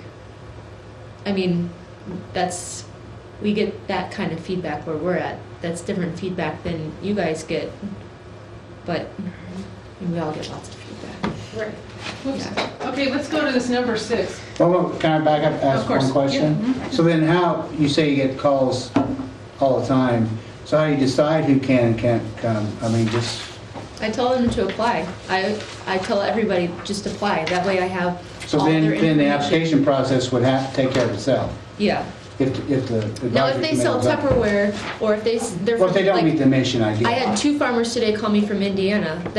I didn't know they were from Indiana until they asked me what the rules were, and I said, well, you have to create and grow the item yourself. You have to do it locally. We define that as within the state of Illinois. You have to have a valid Illinois business tax number. And he's like, whoa, wait. You said within the state of Illinois? And I said, yeah. And he's like, oh, I'm from Indiana. It's like, I'm sorry, then you... Because on the other side... Then I wouldn't have him apply. Right. Because on the other side of things, there's going to be more and more farmers and vendors apply because just the climate and the conventional agriculture is coming on. So we're getting less customers and you're going to have more applications. So my point is, my question is, how do you decide on that? Let's use meats again. How do you decide we need one more meat vendor? I know what's out there. They say we need more meat vendors. But how do you decide that? Because there's really no way to decide. I mean, how did you decide we need less food trucks? How is that decision process being made is what I want to know, because we got too many meat vendors, period. I mean, I'm just telling you. You know, I ain't speaking for the peaches and the tomatoes and all that. I'm just telling you. Because our sales went down when they got established, and that tells me, and we never run out of product, never. And J&K, I don't think ever runs out. So. Well, it's not just the mix of vendors that determines the sales. Is there a promotion that's happening, an event, something to draw people in? That's the bigger part of the market. So what kind of splash can be made that's going to revitalize the sales? So that's kind of what I'm asking. I don't know what that might be, but just some phenomenal speaker or program, and then there's a wonderful sales that week, and maybe we begin to do that type of thing. There's strategies out there that people have talked about how to increase things at the market, and there's, we heard our keynote speaker at the conference, at the Farmers Market Association conference, has developed a tool to effectively engage consumers, to get people there to buying more. A lot of it is in your social media and everything, so you can do a lot of marketing of the items that are here. I mean, it's a lot of work though, so I don't know what the capacity of the staff is, right? I mean, all this stuff you can say to do it, but then it's a lot of work. Well, some of it's up to the vendors. I mean, we do it. No, so yes, Kelly it's was up to talking the about that cross promotion. We both social media it, so some of it's up to ourselves. Right, but there's ways that markets in their entirety, there's press releases, there's, all kinds of things that can happen. You can talk about seasonality so people are clear, like this is the time of year you should go buy this stuff, right? But if you've got too much of a product there, Like that vendor benefits. but if you got too much of a product there and the people aren't there, the vendors aren't helping, I'm just telling you. So, so that has to be addressed. Okay. So this is number 6, enhance the quality of life in Urbana. And so this, we shared too, so it's Champaign and Urbana, right? Urbana. And Champaign. Yeah, so. We go backwards in the alphabet. We could say the community. So you want to say life in the community? Yeah, because it could be Rantoul, it could be. Yeah, I'd say down we're going to south, clear out. Savoy. Just take that. So how do you feel as people that you're the Urbana farmers? I mean, this is the city of Urbana running this market. How do they feel about that? Well, I like John's idea of going back to the Urbana's Farmers Market. Well, that's a name change. We're talking What about Urbana and the broader community or something like that? Urbana and the... Yeah, I think it helps to have Urbana in there. I think we need to keep Urbana in there and then say... And Keep the money surrounding. And the surrounding community. And the surrounding community. You guys okay? can say, well, we're not involved, we're not paying for it. Okay. So people, what do you think of this one? So enhance the quality of life in Urbana and the surrounding community by providing community activities which foster social gathering and interaction. So can you share, Natalie, like what are some community activities that are currently going on here that foster social gathering and interaction at your market? Well, we have Sprouts at the Market. That's our farm-link nutrition programming for kids 3 to 8 years old. The Urbana Public Arts Program offers an art workshop and performance once a month. Starting this year, we're going to try to do some kind of chef demonstration with a sampling component involved now that there's new sampling rules available. But I also think part of enhancing the quality of life in Urbana is our SNAP and WIC programming that we offer at the market. That's a big thing. Enhances the quality of life and expands access to a broader part of the community. I mean, some of what I mentioned also relates to number 7, to learn the uses and benefits of local food. I mean, So chef demonstrations, you have. that could be that we're trying to start this year. The kids programming, they're eating things they may have never tried before. Do you give any kind of coupons to kids so they could buy purchase from the individual farmers? Do you have the resources to do that? Who's gonna pay for it? We haven't done that yet. There's fundraising, I mean, there's ways, you can raise money. I just wondered if there's, the market I'm involved with now, we're gonna give kids money every week to buy produce from the farmers. We incentivize purchases for WIC and for SNAP. Okay.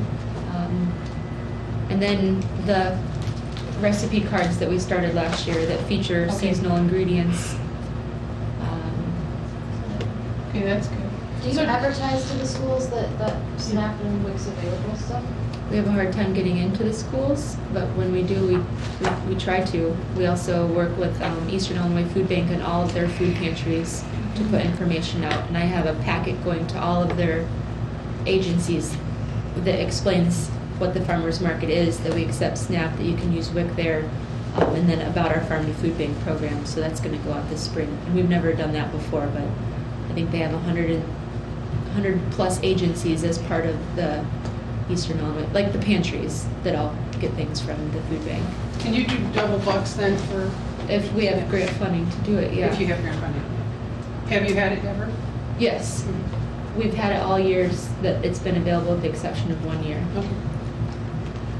So do people see that these could be combined, or do you see them as separate, or what are your thoughts I about? think they're different. They're different? Okay. So Yeah, and I don't want to go back to the mission statement, but I wish it did say something about education, because it doesn't. But I know we moved past that. So. we haven't left yet.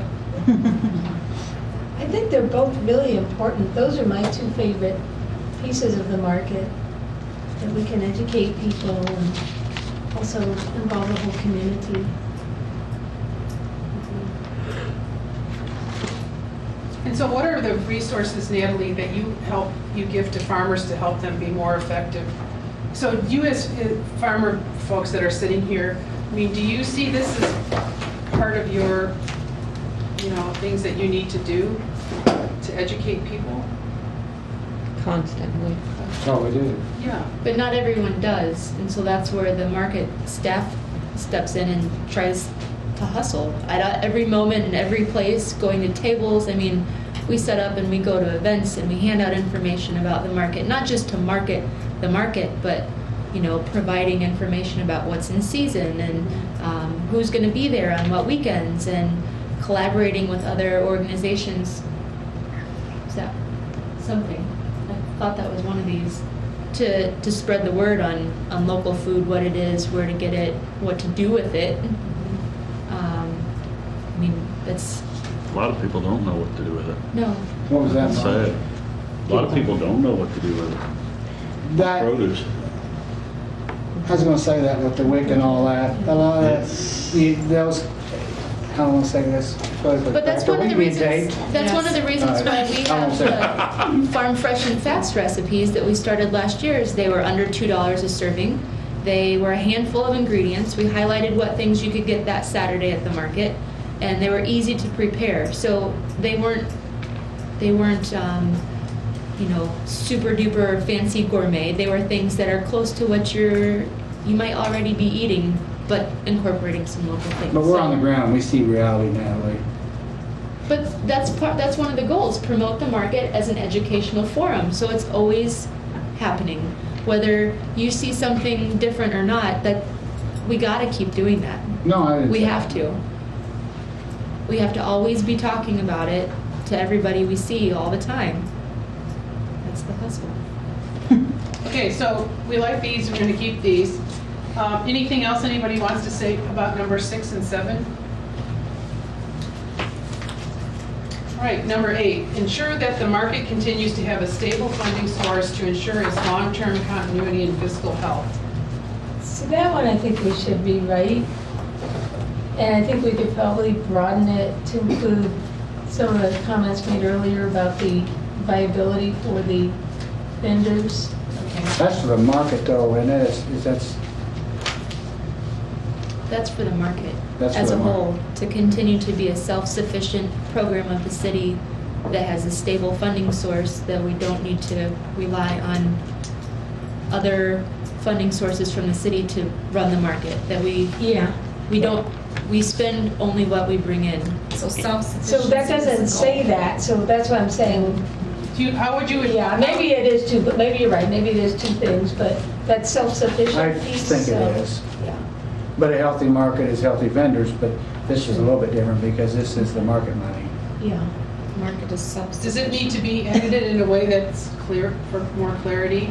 I think a little more like what Natalie said. Financially self-sufficient, well, self-sustaining. If I have a Okay, voice, yeah. because I know I'm not on the board, but in my thinking about this for the past 4 weeks since we talked about doing this, I had combined, consider the future growth of the market and ensure that it remains consistent with the market's mission while remaining a financially self-sufficient program of the city of Urbana. So we're talking about growth, but being sure that we are remaining a self-sufficient program. That's how I interpreted growth, is that What was scribbled on that one? make more specific. So that's how I can put it together, but that's before we had the conversation about. Because growth means a lot of things. Right, Growth could mean more vendors, and that don't mean a better market. right. So And I don't that's know. where the encourage a dynamic. Right. I had actually combined encourage the provision of a variety of fresh, healthy local foods to ensure a diverse and quality market. I had put those two together in my head. And that self-sustaining piece is real important now because we're closing out the one tax increment finance district. This was part of why the increase happened, and we're trying to make sure we get our staffing lined up and just bring it closer to self-sustainability. I think that's important. But that, I kind of like what Natalie was saying too. We're done. Yeah, so here's what she shared. Consider future growth of the market and ensure that it remains consistent with the market's mission and remains as a financially self-sufficient program of the city of Urbana. So does that work for people? As long as we get 3 right. Which we'll go back to. Yeah, we'll go back there. And then number 9 was strengthen the market's role in the city's economic development efforts in the downtown and elsewhere. See, that one I think we've kind of done. Yeah. I feel that's another one that we've really made a lot of good progress. And, 6 years ago, our downtown wasn't doing as well as it is now. I mean, we still could do better in the mall. That's like education. You Do don't better stop. in the mall, but, so maybe we have moved, and we've done our downtown plan since then, so maybe that one could either be moved into something else, or, Diane would probably have a good opinion on this one too. Yeah, this came from The discussion of how to tie the people at the market and get them onto Main Street. And it was always that market to Main Street pathway, which we really haven't established yet. People come to the market and they leave. They don't go downtown to Main Street. So that's Yeah. where this, It was the links, we were looking for that the link. linkage, that connection, But it that's sounds where like it came from. that's not a popular thing for the vendors at the market, because there are things that happen in downtown Urbana, big, huge things that involve corn on an annual basis, and that's not, That's going the other way. that's right. But then there's also things that happen inside of Lincoln Square. I mean, that is a venue for events. Yeah. Our And mart events- used to have promotions. with- Right, but there are big events on Saturday mornings that happen in Lincoln Square that we have no control over. We just use the parking lot, and so there's people in there going to native plant sale. They're in there going to Dr. G Brainwork Health and Wellness Fair, or there is, there's lots of events that happen in there sometimes on Saturday mornings, and Yeah, but in 2 years, you're gonna be sitting at this table and having a whole different conversation about that. Yeah, Everybody in this room knows that. yeah. I'm just, that plays into some of the things that have come up to this point today. Well, we talked about that. Oh, Okay, so the last one is enhance the market's role in the local food system.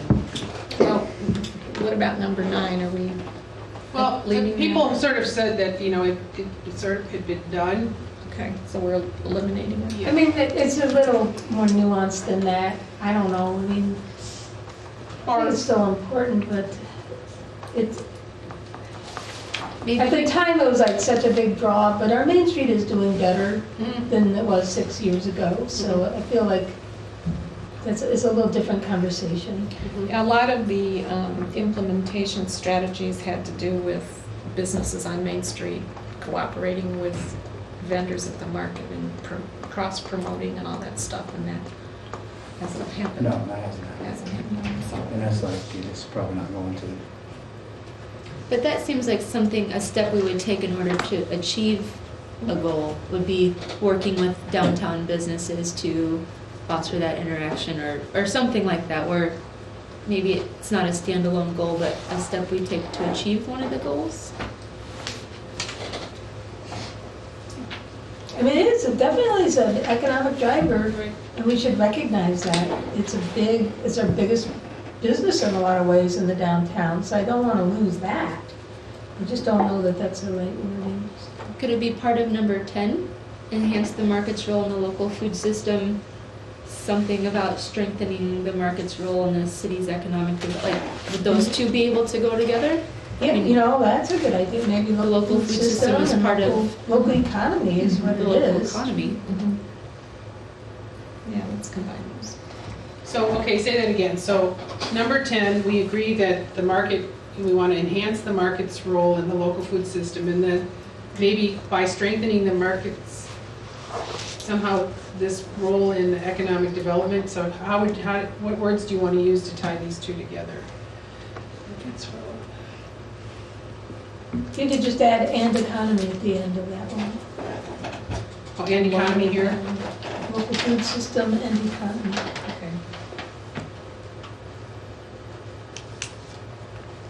Okay, so what we're going to, if everybody, is there anything else that someone wants to say before we look at our place to start the conversation and combining these? So we just wanted to share with you what we came up with, because in light of time, it would be easier. Oops.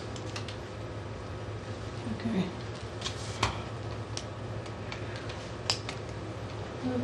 Okay, so this was the first one. So we took a shot at reducing these to 5, and I'll let everyone read it.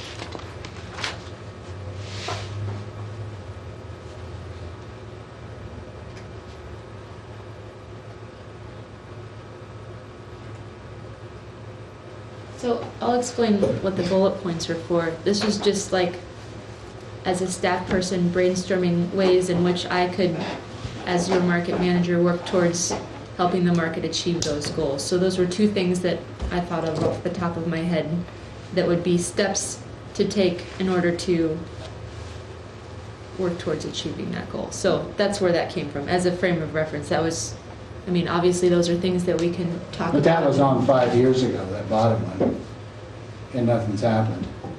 This one researched the. This is all brand new. This is if we But were I to look back and combine. that was on the old one too. To non-food, the ratio of food to non-food vendors, and nothing's happened. So, I mean, So if this is if we call this a priority instead of a goal, then right.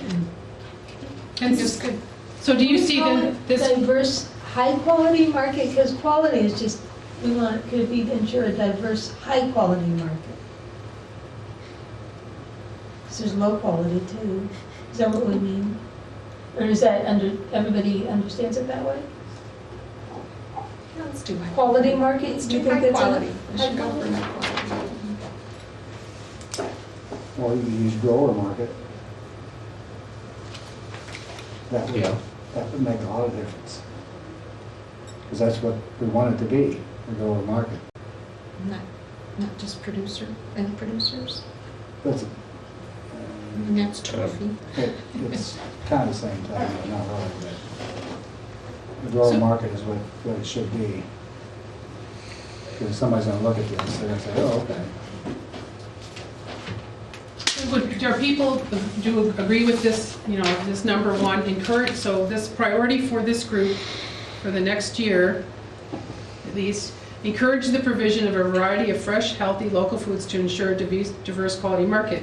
So there's this advisory group, you would have conversations with, in the future meetings, about what does that mean? And as Natalie said, she just took a shot at, you know, some ideas that came into her head. I mean, you know, this has been a big topic today, right? So obviously, if it becomes a priority, then it can be really addressed, working collectively with this advisory group and staff. That seems like a really good place to start. Are there any concerns about it at all that someone, I'm not gonna add grower market. you want to add, she did she add Okay. grower? Did you? Where am I adding grower? Sorry. Instead of quality. Quality, take a grower. To ensure diverse and Growers, I guess. grower. So we're sort of changing the market then, so it's No, that's just what it should be. growers?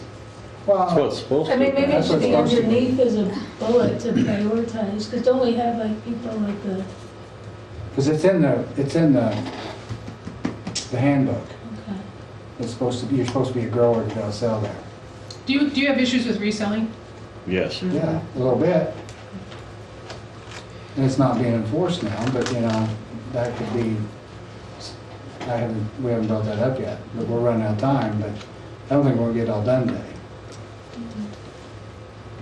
Okay, the next one, number 2, is enhance the quality of life in Urbana and the broader community by providing community activities which foster social gathering and interaction. So that's combining. Yeah, we And I've got one, and Yeah. Why don't that's you just take them off keeping the that. wall when you combine them and do something so this farmer can understand it?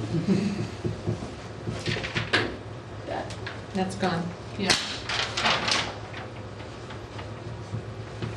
See, you're confused too. We're not confused. The words are too big, no. Yeah, 6 and 7. And that's so that goes 6 and No, 7. it stays, 6 days. No, but that's in here.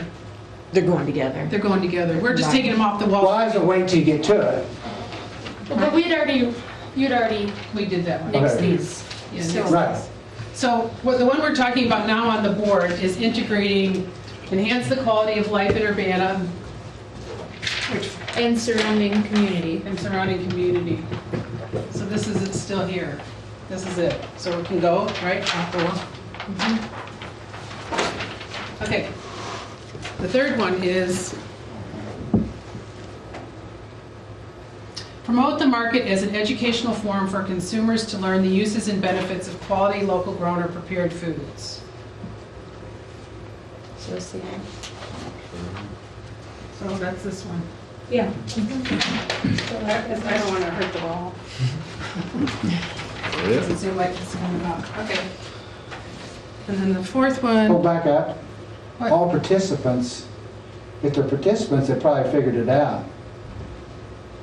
Customers, perhaps?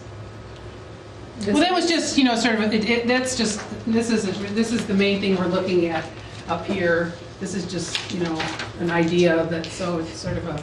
The bullet an point action. underneath is, as a staff person, I see this goal.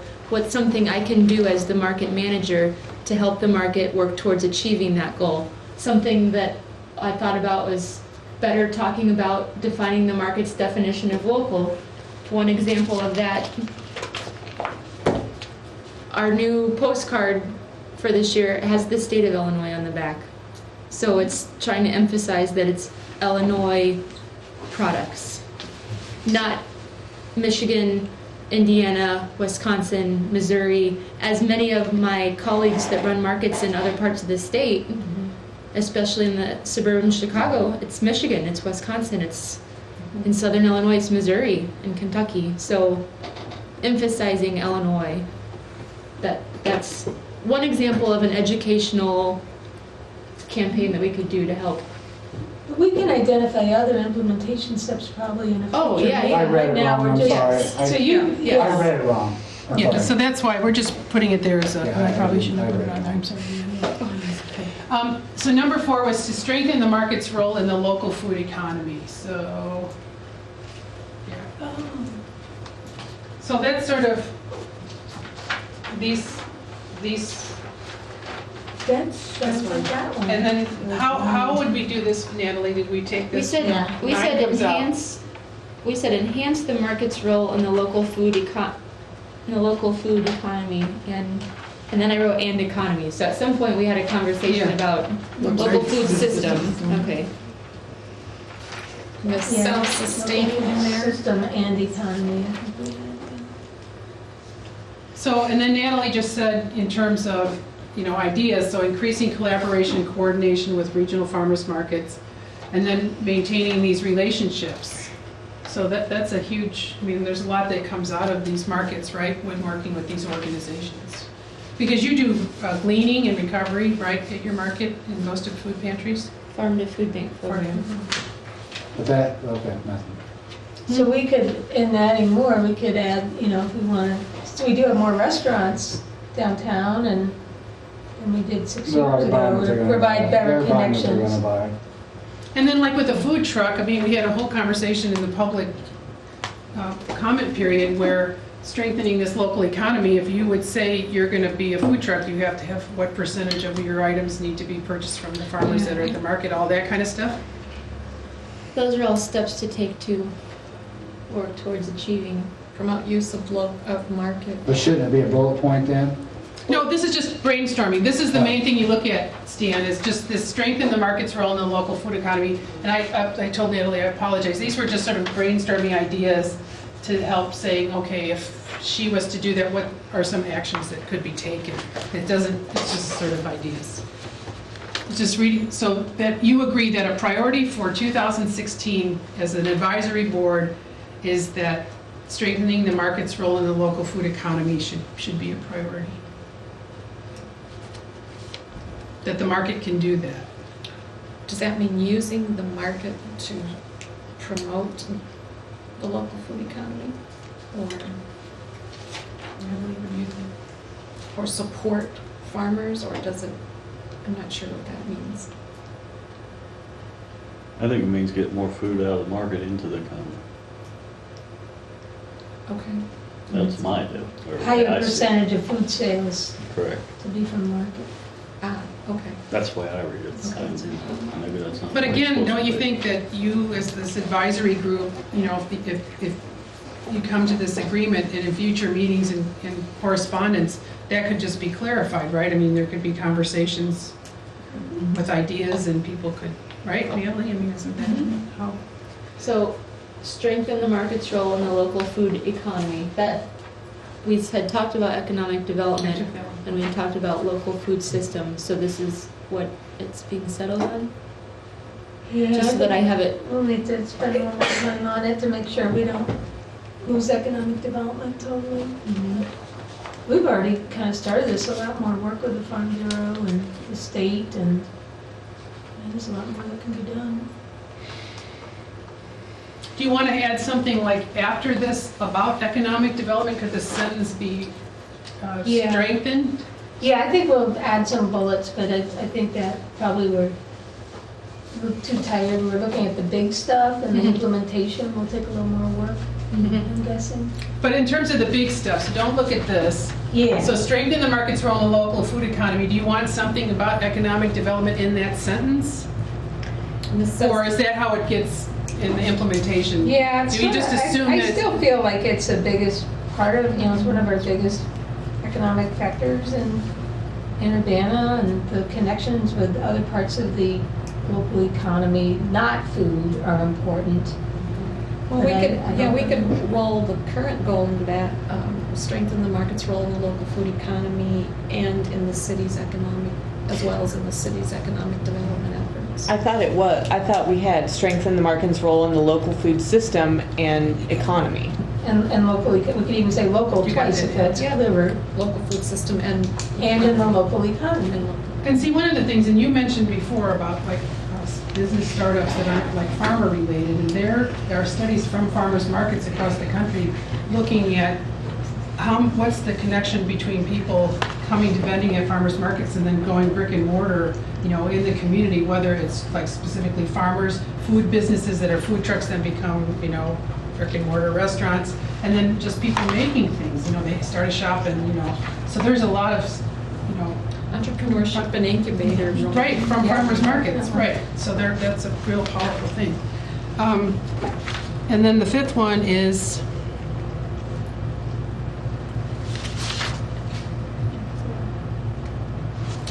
consider future growth of the market and ensure that it remains consistent with the market's mission and remains as a financially self-sufficient program of the city of Urbana. Do you know how to get out? Okay.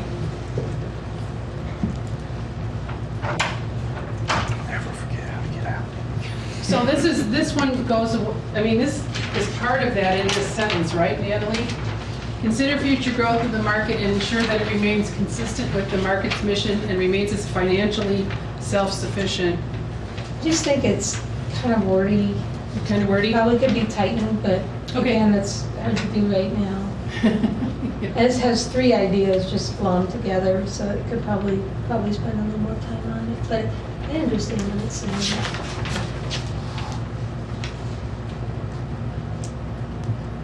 Yes. Where did all the items on the number 3 over there go? They're there. That's there. That's what we're going to just talk about now. Okay. Because we're not going to, if people are willing to wait, do a few more minutes, we just want to just get some clarity on that. So everybody agreed that this was number 1. So Natalie, in terms of the idea that the provision of a variety of fresh remains the cornerstone of the market. It's a farmer's market, right? With these other aspects going on, but do people agree this should be the number 1 priority? Yes. Mm-hmm. Yes. On its standing alone. So now we have 6. Right? Everybody's okay with that? Yes. You got that? So that's really number 1, but now we have 6. Okay, and then this one, we took a lot of notes about this. And so what does this mean where encouraging a dynamic, diverse, and quality market? And so there was a lot of conversation about this advisory board and its role. So I'm hearing that there needs to be a lot more conversation about that. What exactly does that mean? And I think you understand that this is run by city government and that they have a lot of constraints, that are in statute from the state of Illinois and other regulations that you might see wanting action in ways that maybe you can't do it, right? You don't know if you asked, though. No, but I'm saying that's the thing. Springfield's a city market, and they do it. What? It's a city market. But what, specifically what? They do what? Well, they haven't did the vendor, they don't even have an advisory committee yet, but there's some of the things that they did, that they don't have a problem with. They're run by a nonprofit. They're not run by the city It's still of city, Springfield. she has a board. But it's not the Downtown municipal Springfield. government. It's like the Downtown Urbana Springfield, Business Inc. Association. Right. It's a nonprofit. It's a nonprofit. So anyway, just to keep that in mind, so is, Natalie, is this body, I mean, in terms of future conversations, do you see that as part of what you want to see happen, some clarification of some of these issues that, we talked about? How do you make this a dynamic, diverse, and quality market? So people have brought up the point that maybe there's, how do you assess which people should vend? All those kind of questions. Does that become something that can be discussed within this body, perhaps, or open for discussion that it can? Well, then we're going to keep discussing it. I'm going to keep receiving that feedback. My only concern is that it is March 17th and I have 100 people that have approved. Not for this year. No, but some of the input that we received this afternoon is to put everything on hold until these things have come in place. So I'm just stating a fact that 2016, many of you, all of you in this room have agreed to the rules and regulations within the handbook. I've made some adjustments to the handbook. They're outlined in yellow that say we're going to try to, it's in there. Forgot to read. We'll prioritize how we're bringing any new people into the market. There's people that aren't returning to market this year. But my question is the how. I mean, like I went back to, how do you make that decision? How did you make the decision on food I trucks? think what we need to do, since we've made really good progress on the mission and then the goals, I think we'd come back with those in a more final form, because I think we want to read them one more time, and then let's work on the bullets of how you get it done. So Natalie started the bullets, but there's a lot of other action steps that could be taken that might have to do with, let's determine the proper vendor mix, for example, now that we have some data. Let's set up an application review process.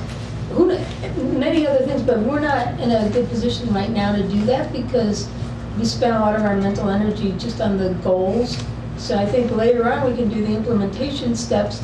And Natalie, nobody's suggesting that we're going to all of a sudden do all this. This is our next strategic plan. That the last one took us through for 6 years. It served us well. But, we want this one to work for the next several years. And, and we'll prioritize things. We'll get more done. We got a lot done since the last one. We've narrowed it down. We've been, kind of pushed to reduce the number of goals. That's going to help us. Some we accomplished, some we didn't even get started. So I'd like to see that one prioritized, though, somehow worded. Yeah, I think. So it gets down, so it's number 7 now, I guess. Because you got 6. I think we need to prioritize these two and flesh them out and confirm the language. But then it's number 7. The next step is the implementation. Yes. Would be number 7, and then just one more. I thought this would, okay. How did you see it getting? No, because you added number 3 already. I don't have numbers by any of these. I have asterisks. She was putting numbers up there. They're numbered by the first original 10 with the strategic plan.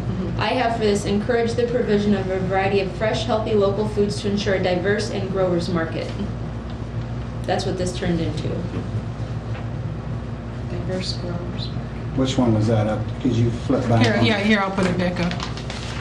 Well, it's a cornerstone. I still think we need to work on this language. That's still one of them too. Ensure that they got to be consistent too. We can't have one. Ensure the provision of a contradicted by another one, which I think I just heard.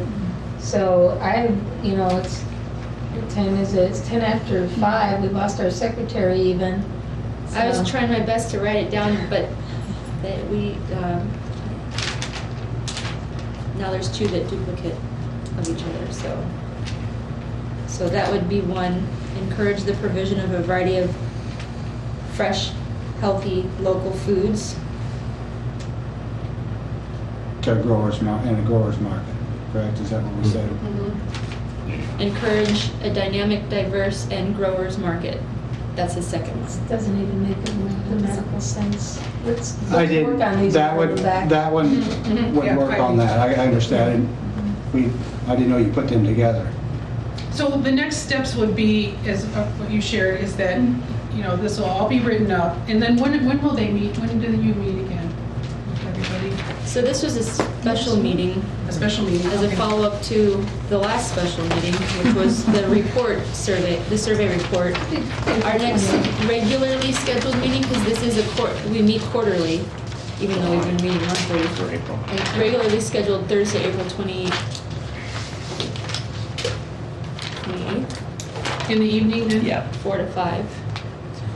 But you know, I think what we just did today with the facilitator, this is the hardest part.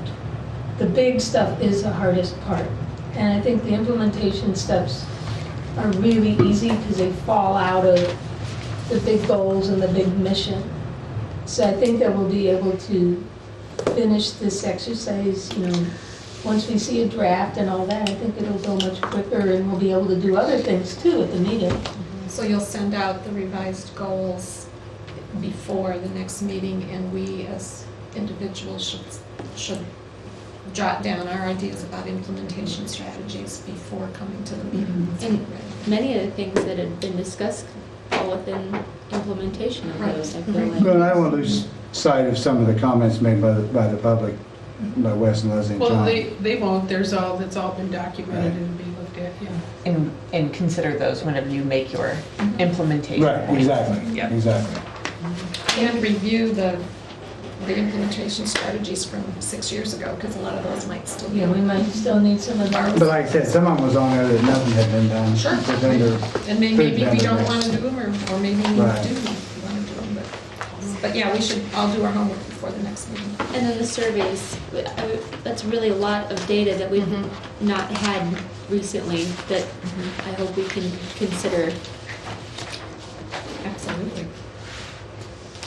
And then you have plans this year to collect additional, I mean, you're continuing on with collecting data and assessments of a lot of things. There's a lot of data collection this year. So are there any, in light of time, is there any other final statements or any questions that anybody has? The financial thing's not gonna work, because I won't give it to you, and I know a lot of other vendors won't either. And it just ain't gonna happen. What is it? The financial gathering, it's just not gonna, it's not gonna work. Because you can't, one, you can't trust what people tell you How anyway. do I know those things? Oh, for the sale, yeah. From And the this, sales you know, of the actually, market. it's a little bit proprietary thing, so. No, there's ways to do it. There's a lot of strategies out there to figure it out, but we aren't going to digress into that. So anyway, any final? I just want to say, Natalie, thank you. You're doing a great job. Don't feel like we're ganging up on you. We're trying to protect the market, and we're trying to, we're really trying to consider everything. So thank you for hanging in there with us. And we seem intense, but we really care about this market, and we care about its success. And we want you to be able to lean on us when you have those vendors that call and say, why can't I bring my Tupperware? Yeah. So we want to be your backbone. I appreciate that. Can I just say something, though, from a process thing? I'm a firm believer in direct speech. Yeah. And so I think it just goes a lot farther. And so the idea that people had concerns, people have Natalie's email and they have her phone number. And so I would just encourage you to be, because I just have to say I had the privilege of serving with Natalie on the Farmers Market Association Board, and she has been amazing, and she's so well respected in the state in terms of her knowledge, integrity, and all these things.